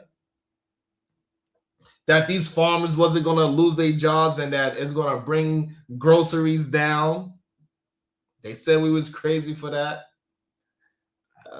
We said people were going to lose their jobs. They said it was crazy. And now, just 3 days ago, another big 7,000 people that lost their jobs. And now, hopefully, they are going to get picked up by other airlines. But we know for a fact that these other airlines do not have 7,000 jobs just waiting. We know that.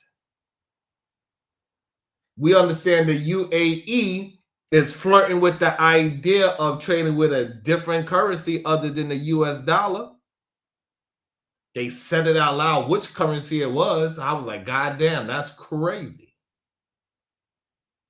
And if they was to do that, and they was to start to sell off all of their American assets that they have, we are in a world of trouble.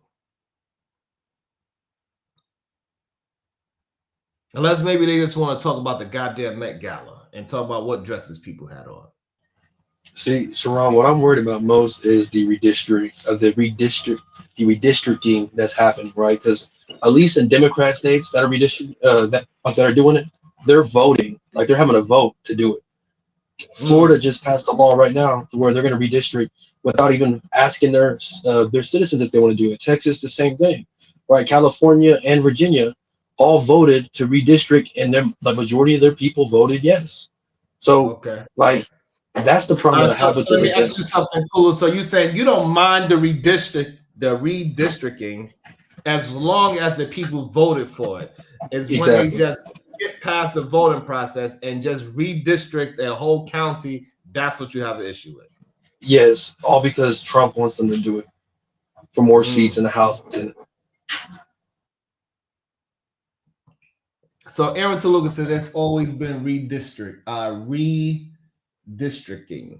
Has it always been without voting is the question, Aaron Tolucas. That's the question. That's what Kulu has a problem with. Not the fact that they are doing it because, you know, if they voted for it, hey, whether it's going to help them or hurt them, hey, we can figure that out later. But we should at least get a chance to vote. I believe it's happening in Georgia as well, too.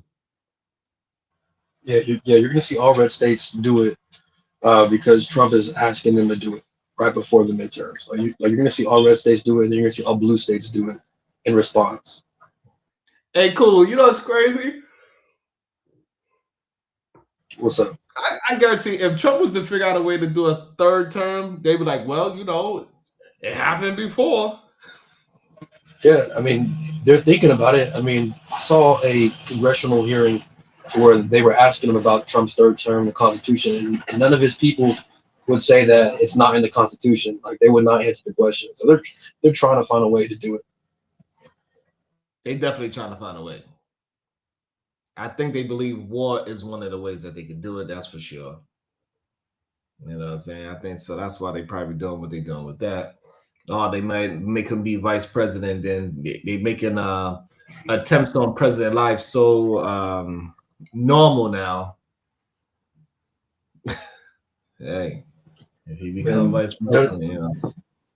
Is that's the thing that gets me, bro? Is I low-key believe. To be fair, that would give him a big old third term, like a constitutionally protected third term at least. So you probably shouldn't put that out there. People start planning for it. Hey, he's trying to figure out a way around that. He's been fighting. He's been going against the Constitution since he came back in on his second term. He's been, you know what I'm saying, like, he been doing some wild stuff. He been toting that line. He been very close to that line and crossing that line for the whole term so far. Was it like a year and a half now? Mm-hmm. Yeah.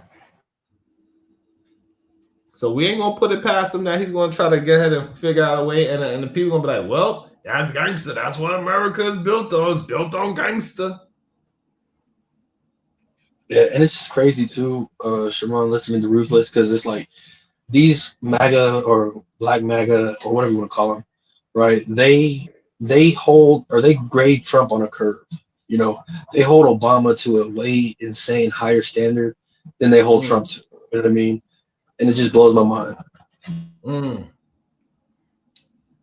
And it's just weird that, you know, now people want to say, well, you know, the people that has the power, they shouldn't be asking. They should just take it. They should just do whatever the hell they want. And then once people start doing it, and it's not beneficial to them, they say, see, this is what they... we supposed to hold them accountable to voting. We supposed to get things done because of Americans said that's what they want to have happen, whether it's good, bad, or indifferent. We supposed to be voting on those things. We supposed to be putting people in place and say, hey, what you running on? Oh, you on getting this bill and that bill done? All right, that sounds like a good, all right, we're going to vote you in so you could go ahead and get that done. That's what we supposed to be all about. Is getting things done for the people. That's going to help all Americans. Somehow that plot is missed, especially with Donald Trump being in office. I don't know, because is he that smart that he made everybody stupid and they can't see the writings on the wall? What is this? Like I don't like I don't know. I think he's good for what he's good for. He figured out ways to be in the media. He is great at figuring those things out, but we cannot say he's great at being. I don't know. Yeah, sure. I think the Republican media and the use of social media, they definitely propagandize Democrats. They made Democrats seem like they're evil, that they want to turn boys into girls and things like that. Like they were very successful at programming that into people's minds, like the average person. When in reality, to be fair, if you watched it, it did happen. Like you don't have to program something; you're literally seeing in statistics. How so? Simple, but let's talk about the turning boys into girls thing. Literally, there was a giant uptick in children ages K through 12 identifying as other during both of those administrations. Absolutely, bro, that's a thing.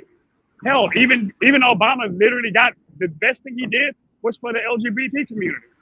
And I say the best thing because it's the thing that didn't have a net negative to it. Or net negative for everybody else. Most people, it didn't matter to them. But for who it did matter to, the net negative of the LGBT getting married didn't affect most people. So, but Obamacare actually hurt working class people. That's crazy. That's wild. I mean, you can literally look at the tax numbers for it. You can literally look up the tax numbers. So wait, so you're denying that more people got access to healthcare underneath Obamacare? Hold on. Just because you're getting more access to it doesn't mean it's fiscally responsible. Hold on. What's better? No. More Americans have access to proper healthcare? Or everybody who's working getting taxed 5 times as much for it? Yes. That's ludicrous, bro. That's something. Do you understand what a Do you understand what a $6,000 tax bill looks like to someone who does not make that much?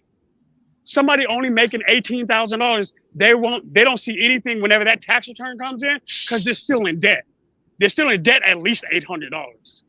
So I understand what you're saying, but so we're okay with our tax money going to police as like a social program, going to the fire ambulance, roads, but we're not okay for our money to go to help people be healthy in this country. Like that blows my mind, bro. Like you should want your fellow Americans to be healthier because they will live longer, they'll have happier lives, and that will actually help the country and the economy long term. But in practice, that's not how it panned out. I can admit that even when I initially saw Obamacare, I kind of supported it. I get it.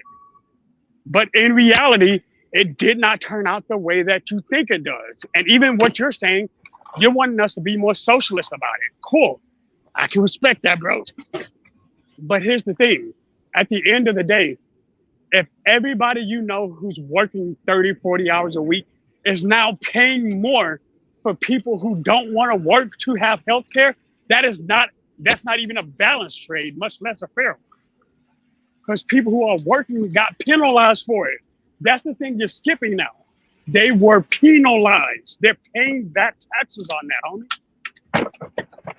So you're okay with our money going to bombs for Israel and other things, but you're not okay for our money to help people in this country, whether they have a job or not, when it comes to health?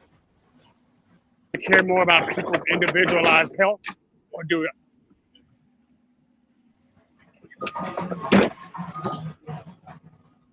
Like that just blows my mind until he gets back. It's just like I thought MAGA was about America first, Americans. So why not use our tax dollars to help out every American, not just ones that are rich, that are the middle class, but poor as well. Like we should want to help out the poor when it comes to healthcare, because eventually those people will be working jobs. Those people will be the next up in line when it comes to politicians, creators, entrepreneurs. Like you should want a healthy country. So I need to explain the thing that me and you are not saying. There's a difference between wanting to help your fellow American and penalizing ones who are working in the process. If we were able to do, hey, you can get in. You get it. It's on the screen. you can penalize it, right? You can help Americans without having to penalize the people for making the choices that they have. You don't understand. That's what me and you are seeing it differently. You're saying those penalties are worth it. I'm saying it's not. I'm saying the money is already being spent. No, Josh, I'm saying the money is already being spent on bullshit. Other countries to help them out when we should be helping out Americans when it comes to health, our road, our own companies. Like, it's already being spent, like whether you like it or not. So why not just have it allocated for healthcare to Americans so that we don't have to pay $500 in healthcare a month, that we can use that for savings or for a car or something to actually help our lifestyle? By putting the lower working class Americans in debt. That is not a positive thing, bro. We're already in debt. Hold on. No. Cool. I know what I'm saying is very clear, and I don't know why you're being obstinate. My point is super simple. It's one thing if we're using already obtained taxes, meaning people didn't get a refund at all, right? Net zero. That money was used for the healthcare. Fine, I would have supported that. But when that middle class or lower middle class got penalized for it, I don't support that. That is not helping Americans as a whole. That's helping a subsection of Americans, not them as an entirety. You're literally penalizing some so you can help others. That doesn't make sense. And penalty is because they're getting negative. Okay, so we're already being penalized already with money being sent to other countries doing bullshit. Bombs, missiles, their defense, our troops in other countries, things that we can take the money and send it back home and use it on healthcare, use it on potholes, use it on things that can actually benefit the American family. You are arguing against that. Well, how? All right, so hey, shout out. How much people was penalized? Like, how much was they penalized? Would you like me to get the exact numbers per class bracket? No, if no, so, you don't I have to need give a it. few minutes. You don't have to give the exact number. Just give what you kind of have an understanding. I think on average it was like either $800 to $900 in IRS debt, and there were cases where I think depending on if you made below a certain amount, it kind of balanced itself out, but then it ate the entire refund, including the child tax credits that people had gotten, and even the child tax credits, unless you had 3 kids, didn't make up for the affordable care that you had to pay because they had to send you a whole nother tax form. All right, so the problem is with the penalization of the conversation, right? So it was no federal penalization of this whole situation. So a few states did have it, and it's like what you said, around like 600 to I think roughly 900 was the tops, somewhere roughly around there. So they still, the people that was getting money back from the government, they still got money back from the government because the federal check is the bigger check any goddamn way. So yes, they did. Some people did, and I believe it was only like 5 local states that actually did what you're talking about. I believe it was Jersey, California. Sean, give me a second. I'm gonna pull up there. I can't think of the other ones. I'm like you right now, right? So I can't think of the other ones, right? So it's California and Jersey for sure. They did some penalties, but it wasn't a federal penalty. So still, people were able to get money back from the government and things of that nature. So it's not as bad as you are presenting it right now. So that's the only reason why I brought it. No, I get where you're coming from. I need to pull up the actual tax form that showed the amount you owed per month. Like there's an actual name for it because a lot of people were prohibited from even filing their taxes unless they also included that because it showed what they owed for the Affordable Care Act. I just don't remember the exact number right now. And like I said, I'm obviously on the highway. So I can't, once I'm stopped, give me about 15 minutes and I'll pull it up for you. But it was a federal form specifically for the federal IRS. Yeah, the federal, it was no penalty for the federal though. It was only by states. It was only for the state. Sean, the only reason I'm speaking on it is because I actually had to help people with this scenario. Like I know it sounds like I'm just speaking, but no, I know what I'm talking about because I've actually seen the forms on multiple occasions. I just can't think of the number. And like I said, give me a little bit. Let me finish these last two after I get off the highway, and I'll go ahead and get it to you. And no problem. And Java, what you mean Hawaii got hit hard? What they got hit with? I'm not sure what Hawaii got hit with. I'm out the loop of that one. What did Hawaii get hit with? Do anybody know what Hawaii got hit with? Kulu, do you know? No. Yeah, man. And I think it was a fire.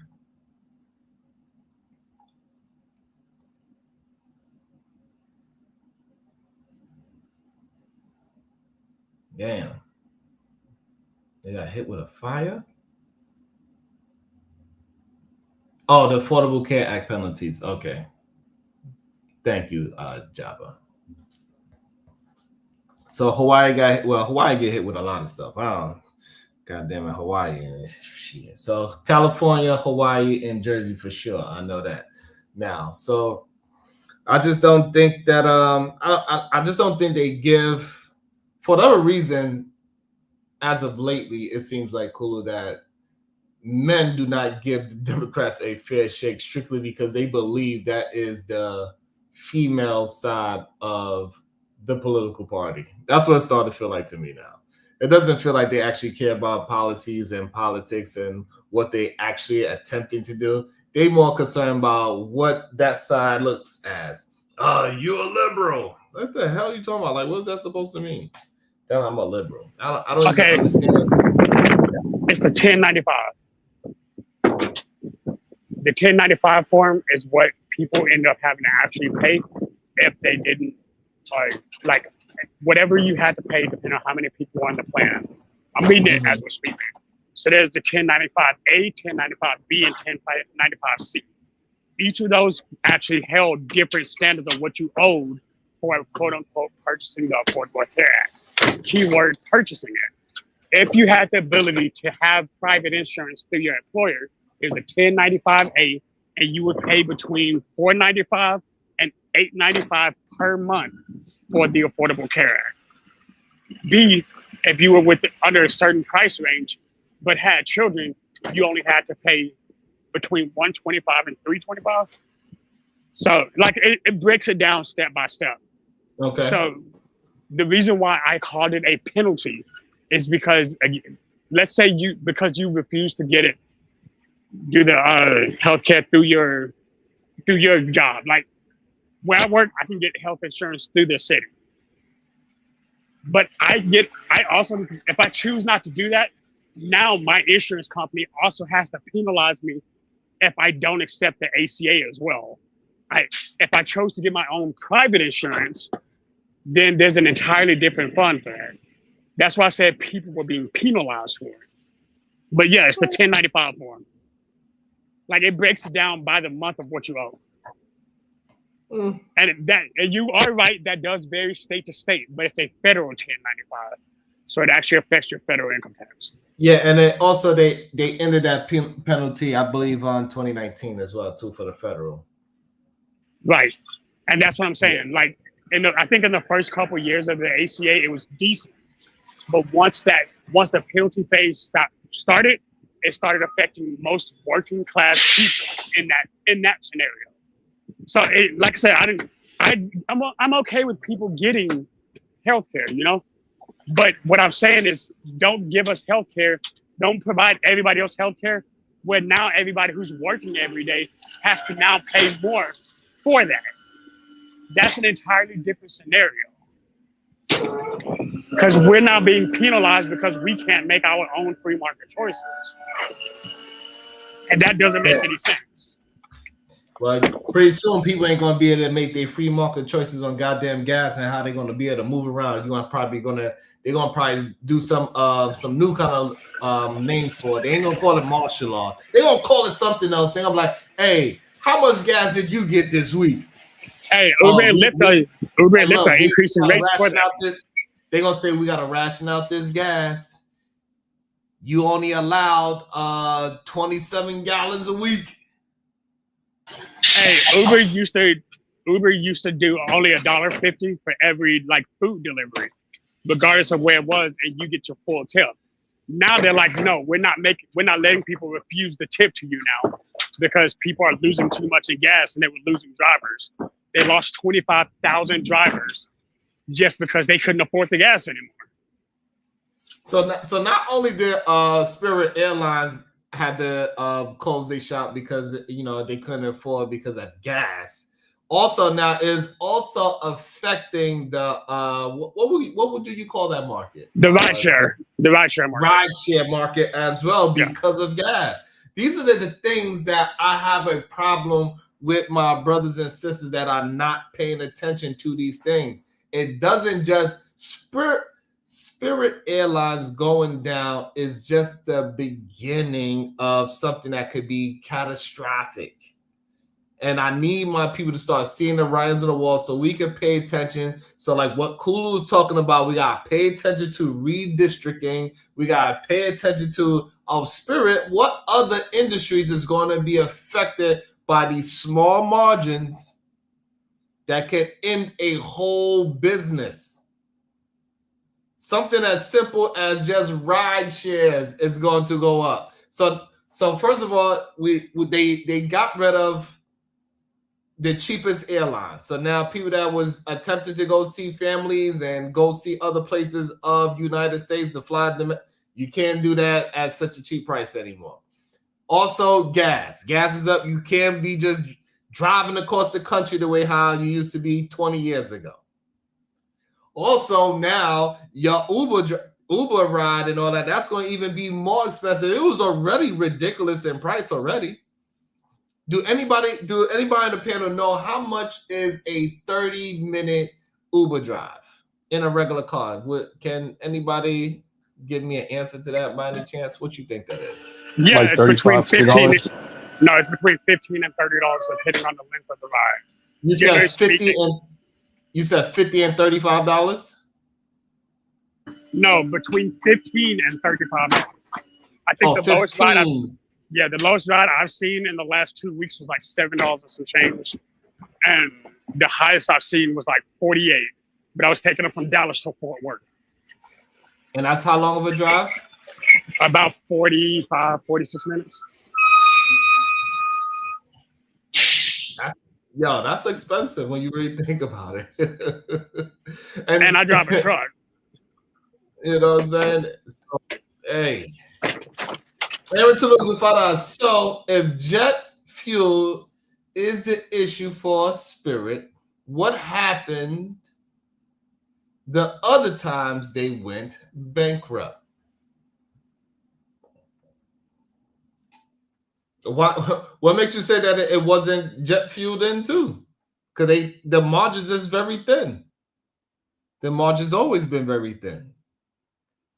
And the one way how they try to play with the margins is by getting people on a flight for cheap and make them pay for everything else. So therefore, it's always been the jet fuel was their issue.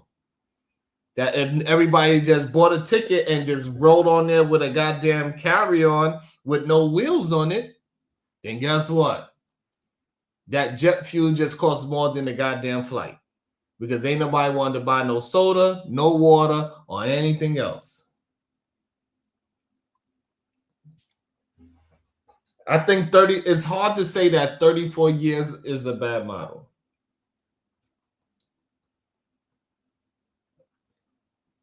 It's hard to say 34 years is a bad model.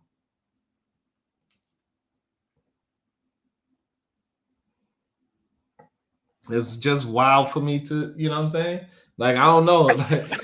Hey, I just did an Uber check to see how much it would cost me to ride from my current location to the main city. It's about 11. So it says it's 11 miles, and it would cost me $15.47. And how long would that ride be? It's a 13-minute ride.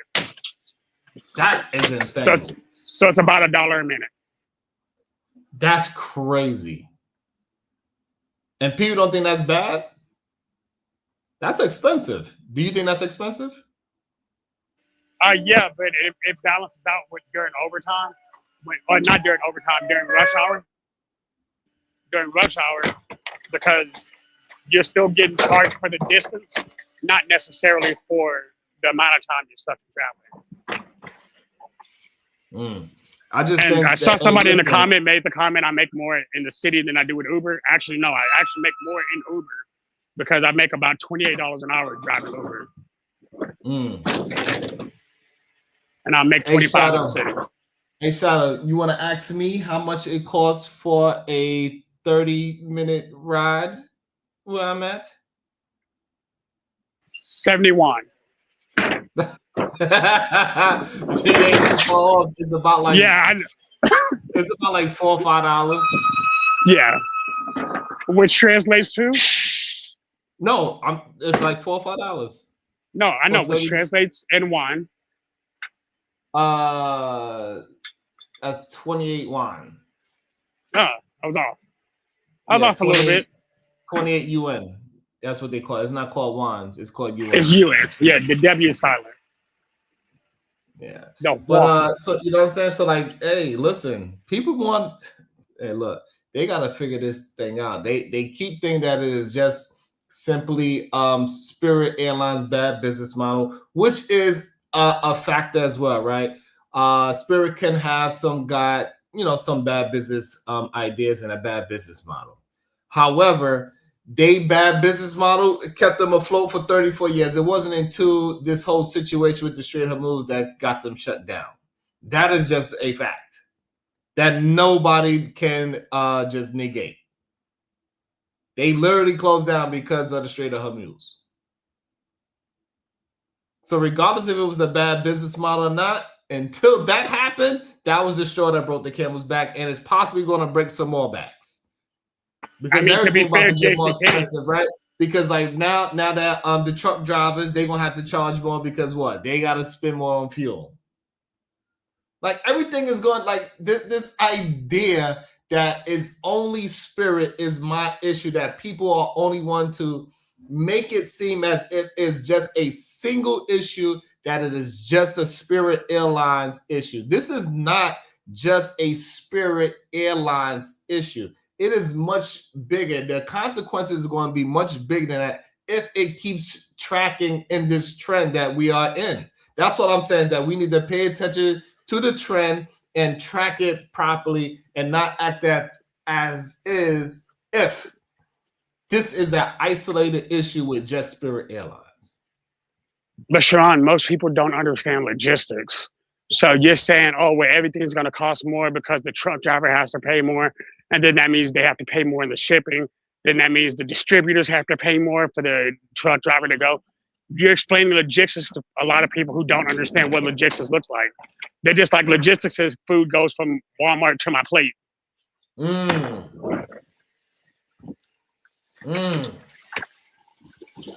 look. And they, you know what else they don't understand, Shadow? You know how the Japanese got their cars over to the America in the first goddamn place? I thought it was through boat. They did the boat channels to California. It was through raising gas prices. Huh. Did you know that, Shadow? Because America's it's like, why the hell we want this little ass Honda Accord when I got this big ass Chevelle doing 390? Like, why Dodge Challenger. Yeah, like why do I want this little ass thing that could barely hold my family? I could barely fit in the car. And it only have 100 horses, where I got a big old 392 block that got 300 horses in it. But look, we know some great Americans that have 100 Accords. So the thing is, what they ran on, Shadow, is that the smaller the compact car is better on gas. And so people's like, oh, I could save money on gas if I buy this car. And that's how they got the Japan market over to us. They made a deal with Japan to get their car market over here, so we raised gas prices. So I wonder, Shadow, what country you think is doing a crazy job that could possibly affect the car market with cheaper cars? China.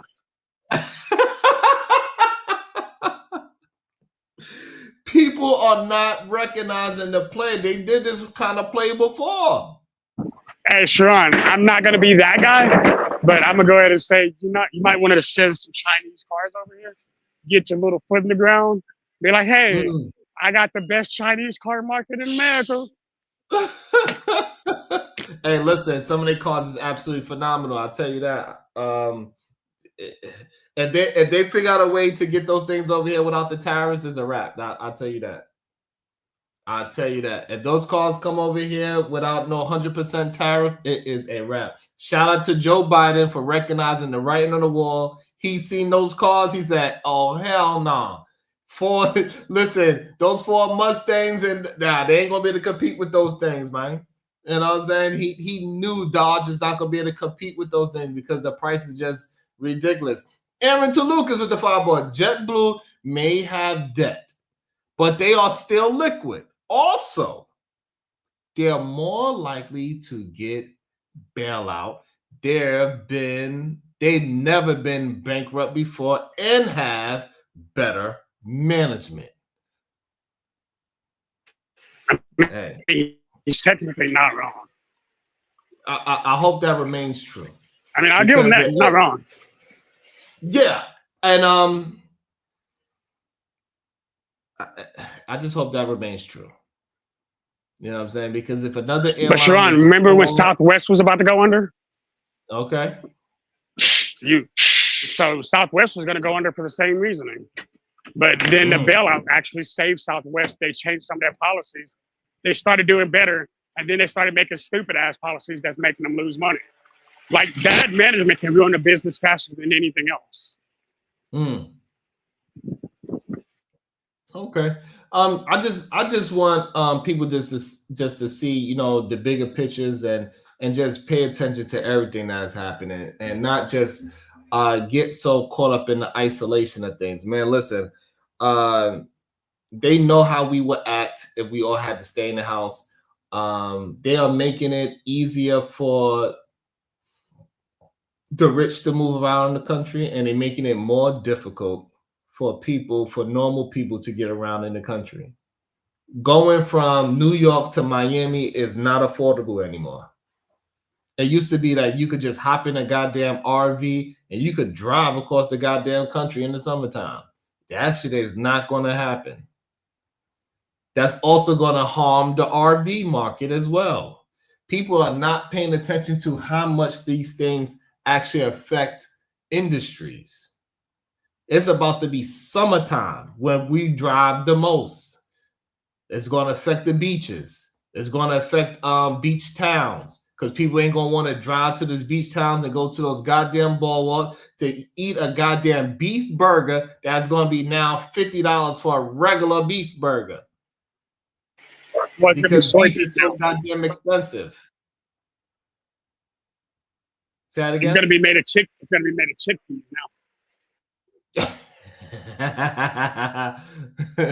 But you understand what I'm saying? So like people are just not recognizing all the things that can possibly really happen. They are not really they are too okay with anything that is deemed as black people benefiting off of to go down in the dirt.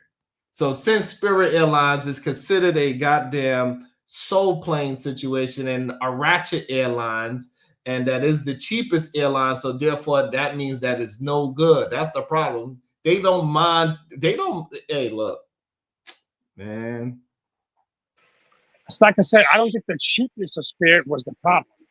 It was the fact that the management didn't maintain the fact that, hey, just because we're a cheaper line doesn't mean you can come acting out. You still have to follow FAA regulations. You still have to act appropriately on the plane. People having parties on a Spirit airline is kind of what caused the issues. Like people literally being crazy on the line and the airline not doing anything about it. They had a lot of social media fluff too. Like I think Spirit Airline was part of a social media knockoff. Because if you put enough money behind Spirit or the fall of Spirit, you've made a lot of money in the last couple of days. Yeah, I know. Listen, I know a couple of people put some took their money out of a couple of politicians seen that rhino made a killing. It made a killing. Hey. But you know, for some reason it's okay when it happens to the poor folks. If something happened to poor folks, people be okay with it, which is just weird to me. Just like with these whole redistricting counties, a lot of the redistricting of counties is affecting poor people. It is going to affect them the most. And again, people act as if, well, they don't have no issue with it. All right. Y'all keep not having an issue with nothing that's happening. Keep having a blind eye to everything that's happening. It is wild for me to see that people are just saying okay to every goddamn thing. They're okay with the gas prices. They're okay with the war. They're okay with companies that have been around for 34 years that have 7,000 employees to just close down. And now we have 7,000 new people without jobs. I don't know. I don't know. I don't know what they think. We're not moving in a positive direction fiscally. The more people who lose money, the less tax revenue we have coming in. The less tax revenue we have coming in, the less we can actually help the country as a whole. I think losing this many people in the workforce is bad for the economy. But that's just basic finances. The less money we have in, we're not getting enough in tariffs, we're not getting enough in taxes. Eventually, we're going to keep going into that net negative. And that's what's dangerous. Like I said, if Trump was able to turn it around, maybe he'll regain my support. But the issue is, everything he said he ran on, the reason I voted for him, he went against. I can't support you when you're going against everything you said you were going to do.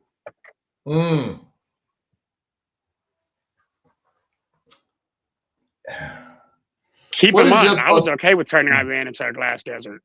But when we didn't do that, and we decided to fight for the next 3 months, I was like, look, if y'all aren't going to stop the game from becoming a war, we could have stopped the whole war from even being a war. I could. Call me a monster, but at least we're not in a war. It's dead. Dead, over, moving on. But now we're like, no, we're just going to go fight and we're going to start throwing more soldiers at it. Wait a minute. Whoa. You said you wouldn't do that, and now you are. I wonder if Chicago really got some time so he could tell us the significance of the Supreme Court ruling to Section 2 on the VRA of 1965, and how, you know, it was foretold in Project 2025. We understand that. So I wonder, hopefully maybe Chicago really has some time, or maybe Detroit, or somebody that is really versed in exactly how this is an impact to our community. Because I don't think a majority of people understand how Killer Mike was wrong, how Aaron Two Lucas is wrong about the redistricting. I don't think a lot of our Black brothers understand how important it is that these things are happening. Like it's. But maybe I'm the only one that's crazy enough to believe that. Maybe I should be talking about, I don't know, Meg Thee Stallion or the Met Gala. You know what I'm saying? You mean about The Rock wearing a dress or wearing a skirt at the Met Gala? Like this? The Rock had a kilt on? The picture's right there. Let me see. Hold on. It said, "Real men wear skirts," unquote. Let me get me one. I'm gonna get me one. Yes, Sharon. When you do that, you're gonna have to come on camera, and I need you to go and have a conversation with Angry Man and Fatty, and say, "Real men wear skirts. What's up? Let's fight." Absolutely, because ain't not man one of them gonna say anything about The Rock doing that. Not man one of them. None of us going to talk about how Adrian Broner tried to throw it back on Dean the Great. He literally tried to dance on the man and throw it back on the man on the live stream. No. Yeah. No. Uh-huh.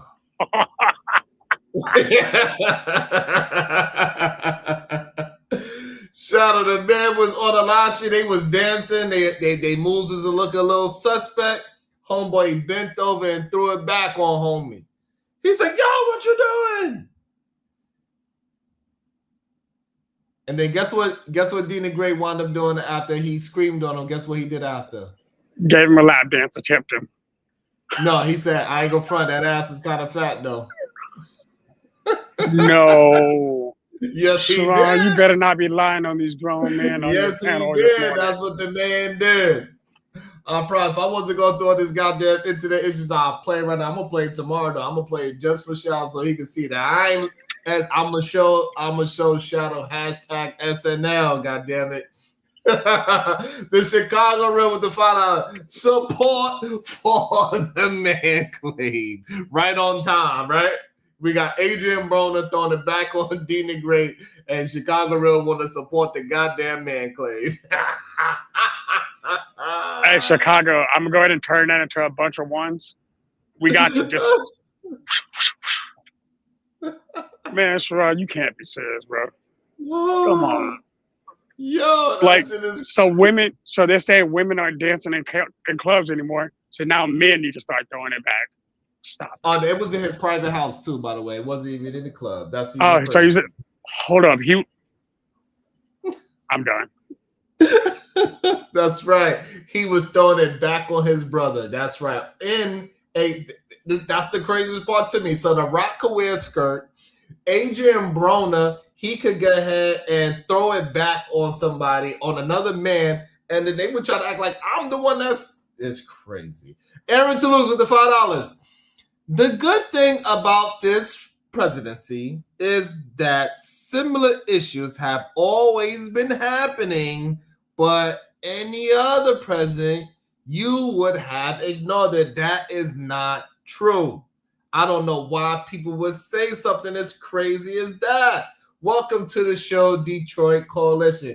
Do you believe that this was another president doing the same exact thing that we would have ignored it, Detroit? I don't know about that. I think it's a better question. I think what he's really trying to say, Detroit, if it was a Democrat president doing the same exact thing, would me and you be ignoring it? I wouldn't. I don't think you would either.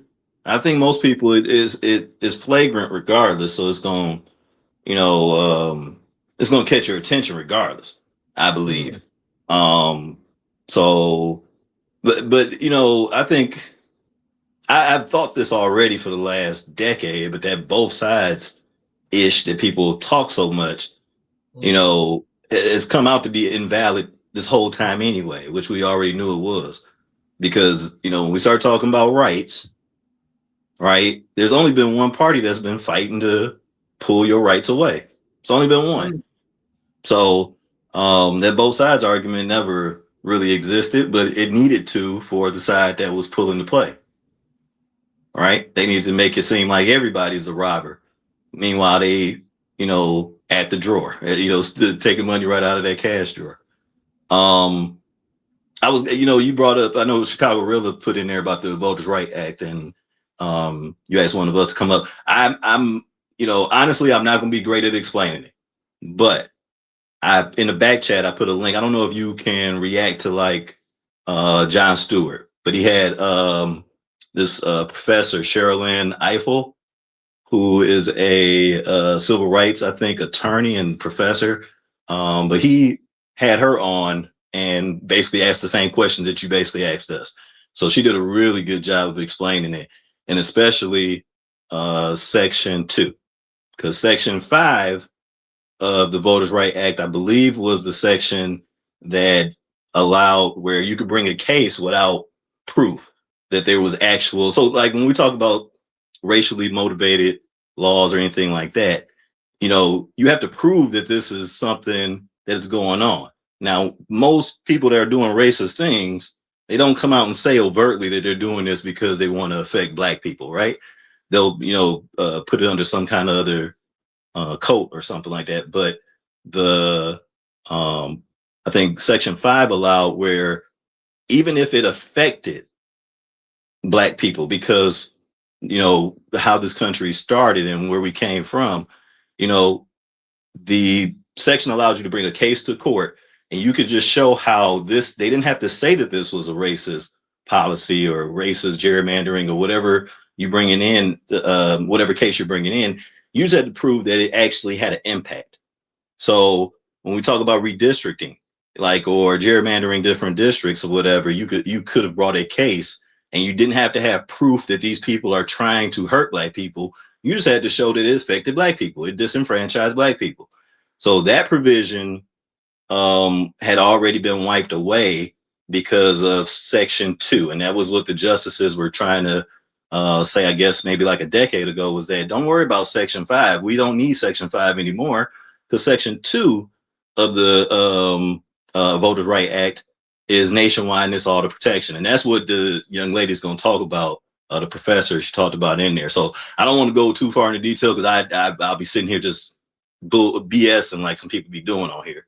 But there was a professor who actually broke that down. So I did put it in the back chat. I don't know if you can react to that, but she explained it pretty significantly and how these things have been chipped away at over the last 60 years and how they were even implemented, you know, 120 years ago now, you know, because of how racist this country was and how much black votes didn't count and your voice wouldn't have been heard.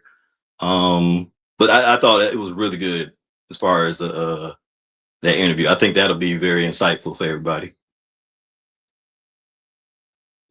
So is it a Supreme Court opinion that we're looking at? I think you have to wait for a second. No, this was the decision. No, so she's breaking that. Wait, Detroit. When I say opinion, I mean the decision. I just used the official phrase. Sorry. That's okay. But, so is there an official, like, is there Supreme Court opinions on this? Like, is it already on Pacer? Yes, 6-3. It was passed. It was voted last week. Right. Is it available on Pacer so I can pull the entire? I'm sure it would be. Yeah, absolutely. Okay. Just because I want to read the opinion, just because I'm interested in it. Yeah, and it really is. What were the dissents like? Well, the dissents were, you know, pretty much that this was, you know, a gut punch to the civil rights movement. I heard she's going to talk about it in that video, okay. But think about like how oh my gosh, I'm sorry, I can't think of her name, but she passed away. Ruth Bader Ginsburg. Ruth Bader Ginsburg had a quote. Yeah, she had a quote that said that them stripping away Section 5 was basically like taking an umbrella that's kept you dry, and because you're dry, you throw the umbrella out even though it's still raining.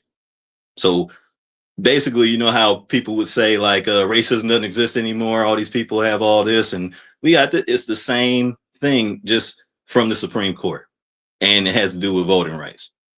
So what can happen in these cases is, and she also touched on how the last decade, how all these states have been trying to implement these voter ID laws and stuff like that, and how that's a direct correlation to some of the judgments that SCOTUS has been deciding on with the Voters' Right Act. So they've been stripping away these key pieces of the Voters' Right Act, and they've been doing it for decades. Like John Roberts is the Chief Justice now, and you know that was one of the cases I think that he was on when he was in Reagan's administration in the 80s. So this is just like the fruition of something that he's been, you know, fighting for and being silent about. That's the other part too, is that, you know, sometimes when you hear justices' opinions and things like that, they know who their audience is. So they're not sitting here going, let the cat out of the bag and let you know that how racist the policy is, because they know it's not popular, right? So they, say certain things when they're in certain discussions and things like that. But ultimately, look at their voting record and look at what they actually are signing off on. And same thing with other politicians, which it sucks that we got to consider our judges politicians now, but that's what I guess they've always been. And just some people keep their politics out of their work. But yeah, the actions, people's words and everything. And even like when we talk about Trump, people's words are one thing. The actions are what you need to value. So, Trump been talking for 40 years now. You know what I mean? So it's nothing. It's sad. I'll just say that this is sad because you got people like my parents' age that were teenagers when the Voter Right Act was passed, and they grew up in Mississippi.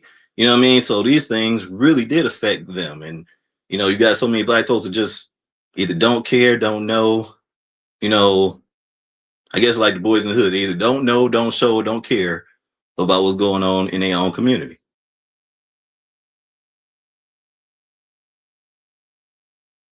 And Sharon must got that spirit internet too over there, because we done lost him, huh?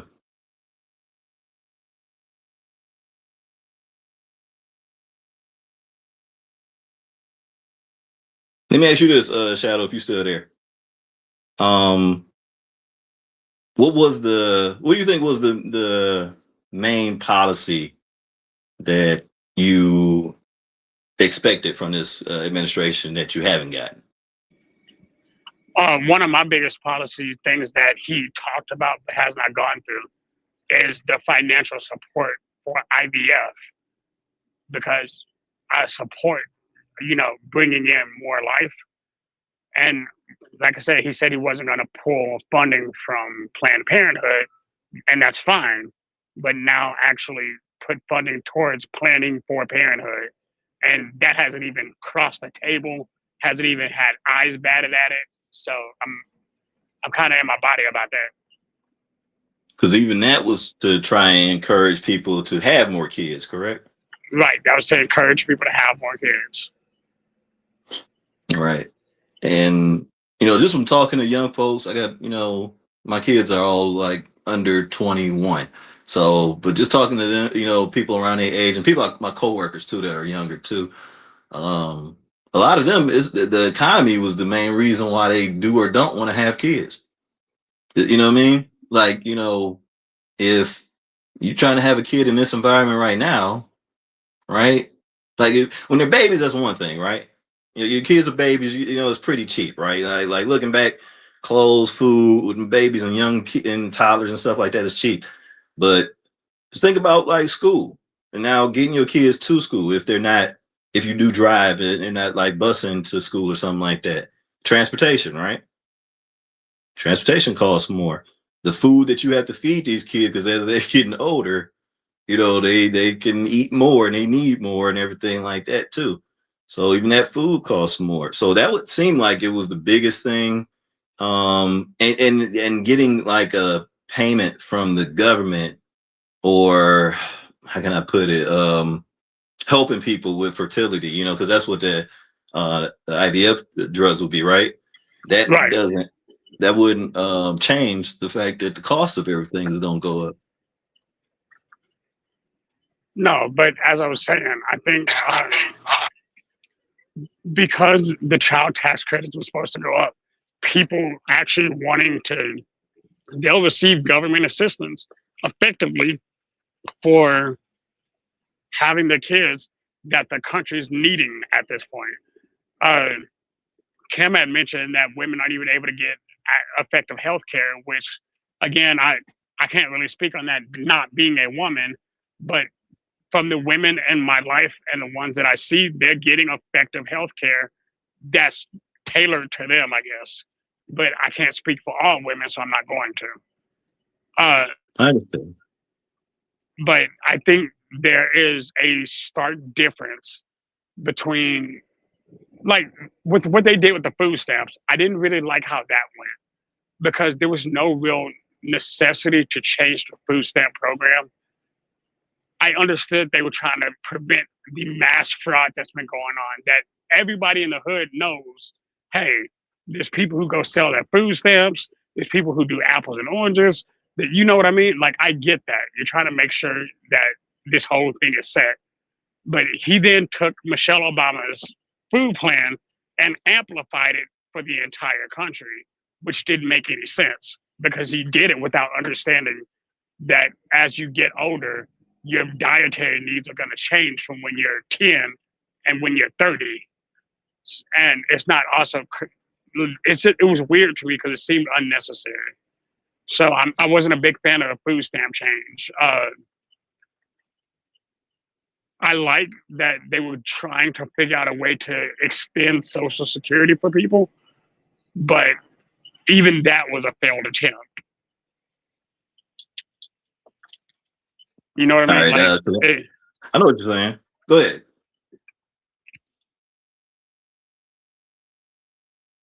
I didn't mean to cut you off, Shadow. No, you're good, bro. Like I said, I actually agree.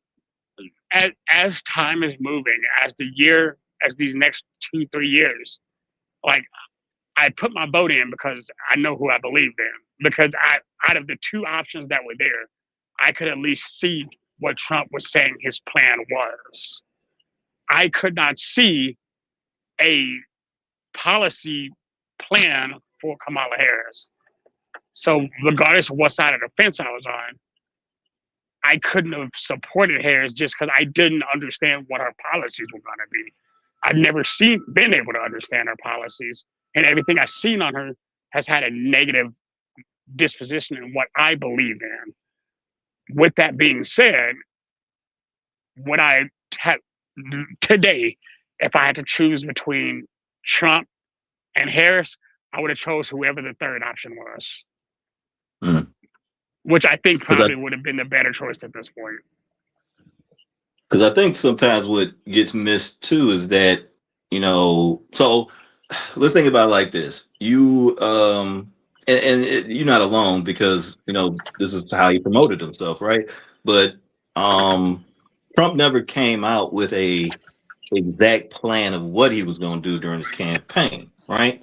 So a lot of things were just kind of what he planned on doing and things like that, right?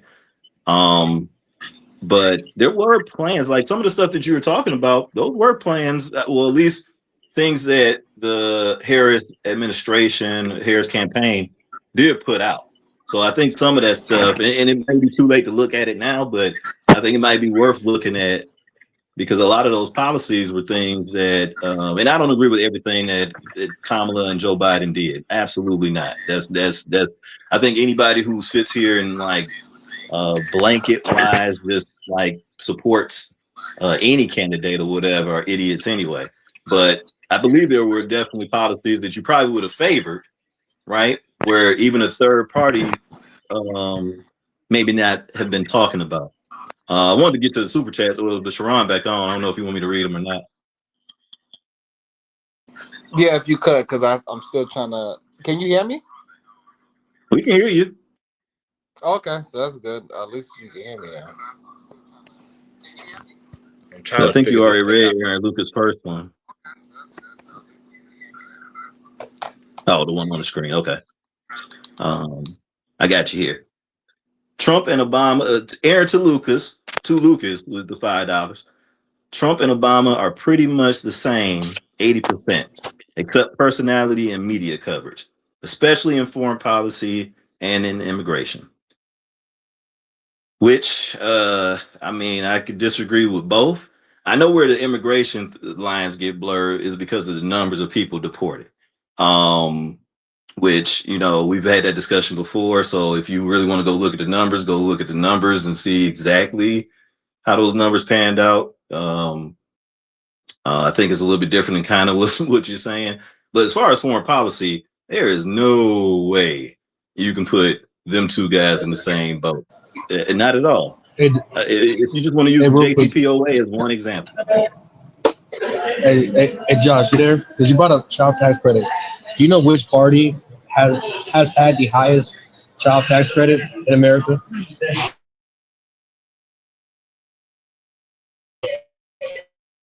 Josh, you there? well, since you're not there, the Democrats under Joe Biden had $3,600 for children for newborns, and I think 2K to 3K for children under 18, right? And Kamala was offering $5,000 for newborns to 1 year old and $3,600 for children under 18. So if Kamala's policy on child tax credit would have produced more families. I'll say it again, Josh. So hold on. I'll take what you just said as fact because I haven't seen it. But even if I include that as fact, one of the biggest issues we still have within that conversation is Kamala Harris was also vehemently in mass support of deletions, which again would counteract exactly what you just said. Like they were doing something. She was posting one policy that would support families and another one that was more specifically against having said family. Not really. Once you get every American a choice, whether you have a family and whether you want to have an abortion. Hey, I don't know if I'm breaking up or if you're breaking up. I don't know if I'm breaking up or if you're breaking up. I'm not sure. I think it's you, Kulu.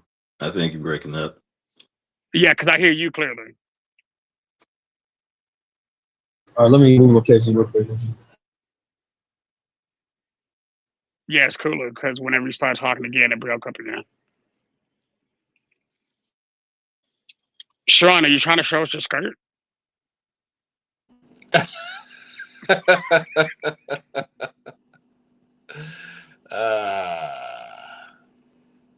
damn it! You can't be trying that the day after the 2 days after the Met Gala, man. You know it should be sold out right after that. You gonna have to go back later, bro. I'm trying to get this computer to act correctly. There you go. Hey, can you hear me now? Yeah, okay, so that's just one. So as Kamala was giving people the choice, whether you wanted to have a family, she was going to give you the money that you needed to start that family and to help out your family. Or if you wanted to do an abortion, she was going to give you the option to do that, right? So every American would have benefited off that, whether you wanted, you know, a baby deletion or whether you wanted to have a kid, right? And then here's some more policies because you spoke about not understanding your policies. So one of our policies were, right, is $20,000 for first-time home buyers, right? So the government was going to give a credit or loan to first-time home buyers. So that would have made myself and other people that's part of Gen Z able to buy a home or at least get into a home just based off that, right? The third policy, right, is if she was going to wipe away is medical debt off of credit cards, right? So any medical debt that elderly young people would have, you know, had on credit card debt, and she would have wiped it away so it wouldn't affect your credit history. Another policy that she was going to have, she was going to put a cap on all like grocery prices so that you couldn't raise its grocery prices and we can keep prices down low. That's just four policies. I mean, I can keep going. Trump did that in his first term. Medical bills, there were two other specific categories that were not even allowed to come on your credit report at that time. And if they were, they had to be removed by the major credit bureaus and the 23 minors. So hold on, while I can understand where you're coming from with that, that wasn't a her policy thing. That was something that happened during the First Step Act. But is he doing it now? No, he's not. So I mean, I haven't researched what you said, so I don't know like if that's true. But I'm gonna just take your word for it. You know what I mean? So that's my problem is that if you just look at those four policies, I mean, I can name you a few more. Those are way better than what Trump is doing right now. Way better than what Trump is doing right now. Like imagine, right? Like imagine grocery stores couldn't raise their prices. So the egg prices that were 2 years ago, 4 years ago, when they were way lower than what they are today, we would still be at those prices today. Still at those prices today. More people would be in homes. More young people would be in homes today due to that $20,000 loan or credit for first-time home buyers. Like, come on, man. And more people would have more money, like when it comes to newborns, rather than the little $2,000 that they get underneath Republicans. And Democrats have had the highest tax. I'm sorry, I didn't mean to interrupt you, bro. But notice you're talking about a lot of money going out but none of that money's coming back in to support that. So while you got to understand, I listen to a lot of what you say, and there's a lot of things where I can hear what you're saying and see the social positivity in it. But the problem that I'm having with what you're saying is fiscally, it doesn't make sense, because that money has to come from somewhere. And you're going to be like, well, we can tax people who could do it. But those people hold on. I would agree with you, Josh, only if, right, Trump was doing exactly what you're talking about. He's giving more tax credits, spending more money than any animation has ever done, and he's not bringing in the amount of money to cover that, which is why the debt keeps increasing. And now what he wants to do is he wants Americans to pay off the debt. I don't know if you saw this, Josh, or Sharon or Detroit, but now he revised the program to where Americans can donate to the national debt. Ain't that the job of the government, to reduce the debt? Like, come on, man. Like I would agree with you if Trump wasn't doing exactly what you're saying. And Trump's out of pocket. Trump's absolutely out of pocket. Absolutely. Trump is absolutely out of pocket for that. And again, I'm okay with saying that because I can see that math. I can see that, hey, I'm not going to donate to a debt that for some reason y'all keep putting debt on my name on shit that I don't support. But again, now when we look at it, even if I supported the war in Ukraine between Ukraine and Russia, right? Which, again, I was kind of iffy about that because we really didn't have any skin in that game. Yes, we did. Ukraine, hold on. Yeah, we did. Ukraine was an ally, right? Well, and part of them lowering or giving up their nukes, because remember, they had the Ukraine deal. Yeah, right, with they Ukraine, gave up their nukes in order for protection. Right, I get that. So again, I get that. But now, when we gave up 100 million barrels of oil in our reserves in at least 2 separate occasions, and now we're looking at today where our reserves are almost empty and we can't produce the oil because of the Strait of Hormuz, the very thing that we were building up for to protect, we had an entire political system intent on causing this very issue, and it was caused by both sides. Nah, let's just call it what it is, bro. Let's call it what it is. What is it, Kuzma? Yeah, Iran outsmarted the Trump administration. Let's just call it what it is. See, Trump thought that they were going to go in there and bomb it to smithereens, and they were going to give up, and they believed what Israel said about the uprising and shit like that. And Iran said, okay, we're going to hurt y'all a different way. Let's close this straight down. And now it's affecting his whole entire country, and it's affecting his political career and the future of the Republican Party, which is why now he has to cheat and try to redistrict every Republican state underneath a Republican governor to cheat the votes. Like, that's literally what he's doing right now, so that when Democrats get in office in midterms, they're going to take his ass out of office. If we win the House and win the Senate, we're going to take his ass out of office. But even still, this battle wasn't about the oil specifically. This battle was supposed to be about the fact that they were increasing their nuclear capabilities, which they've come out and said, yes. Hold on. Yeah, but Shadow, underneath Obama's... Hold on, yeah. It's underneath Obama's agreement, right? They only had enrichment 3%. As soon as Trump ripped that shit up because of Israel, they started enriching to 60, 70% as soon as they ripped that agreement up. So Trump should have kept Obama's agreement and they would still be at 3% today with inspectors still going up there and things like that. I can support that. I agree with that sentence. So it's Trump's bad leadership, and he's always done this. And 7 of his businesses, the casinos, all the other shit that he's done, he's made bad decisions that caused them shit to go bankrupt, and now America's going bankrupt because of his bad decisions. And now he's trying to stay in power, so he's trying to redistrict these maps without even allowing the citizens to vote for the shit. It'd be different if Florida was voting for it and they majority voted for yes, okay, cool. But they're not even doing that, bro. And then when Democrats win Virginia, all the MAGA influencers talking about, oh, they're trying to take over, this is wrong, but Texas did it first. You know what I mean? So it's like, come on, man, like, let's just be real about what's going on here. Trump is a bad leader. All right. Yeah. Now, I do agree with that. And his record is showing it right now. And that's the problem. Right now, everything that he stood on he's not standing on. So now we're sitting here kept holding the ball for something that he said he wouldn't be. Most MAGA is because if you look at Trump's actual approval, it's sinking with all across the board because he's not doing what he said he was going to do. That's a problem. But even, yeah, but he's not doing what he said he's going to do. But even if he would have done what he said he's going to do, it still would have ended up bad for America. Terrorists ended up bad for America. The Supreme Court had to shut that shit down, right? So like here's the difference, right? Like between like myself and most of MAGA, and sometimes you, Josh, right? I can say when Obama or Kamala or Obama did something bad. For example, right, in the First Step Jobs Act, whatever the fuck it's called that he did in 2021, right? In 2027, that goes into effect to where now they're using AI in all the 2027 vehicles to where now they're monitoring you inside your vehicle. And if you're distracted, if you're impaired, if you're doing something that the AI picks up on, it can kill switch your vehicle or slow it down or turn it off and not allow you to use it. Right. So wait, I read about that. That was designed to stop dangerous car chases. But they've been doing that since 2016. Even but Biden signed it into law though, and to me that's wrong, right?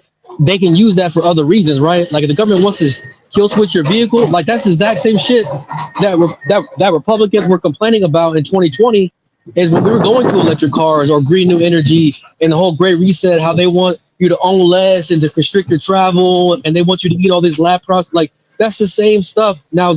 You know, that they're passing now, and now Republicans are okay with. You know what I mean? So that's where I disagree with Biden. I disagree with Biden like a lot of shit, right? What Trump's doing by pulling our troops out of Germany, I agree with that. I think all of our troops should come home. That would save us money that we could spend here on the American people. You know what I mean? So I just think that you didn't do enough research into Kamala's policies, and any information that you did hear about her, like it was coming from people who were already biased and pushing those same propaganda talking points or narratives against her, and you didn't look at it from an open eye. You know what I mean? Because if you look at it from open eye, as you can see how some of those policies could work. Yes, some things may have not worked, but a lot of those could have worked, and we would be in a way better position today than what we have today when it's like with Donald Trump as president.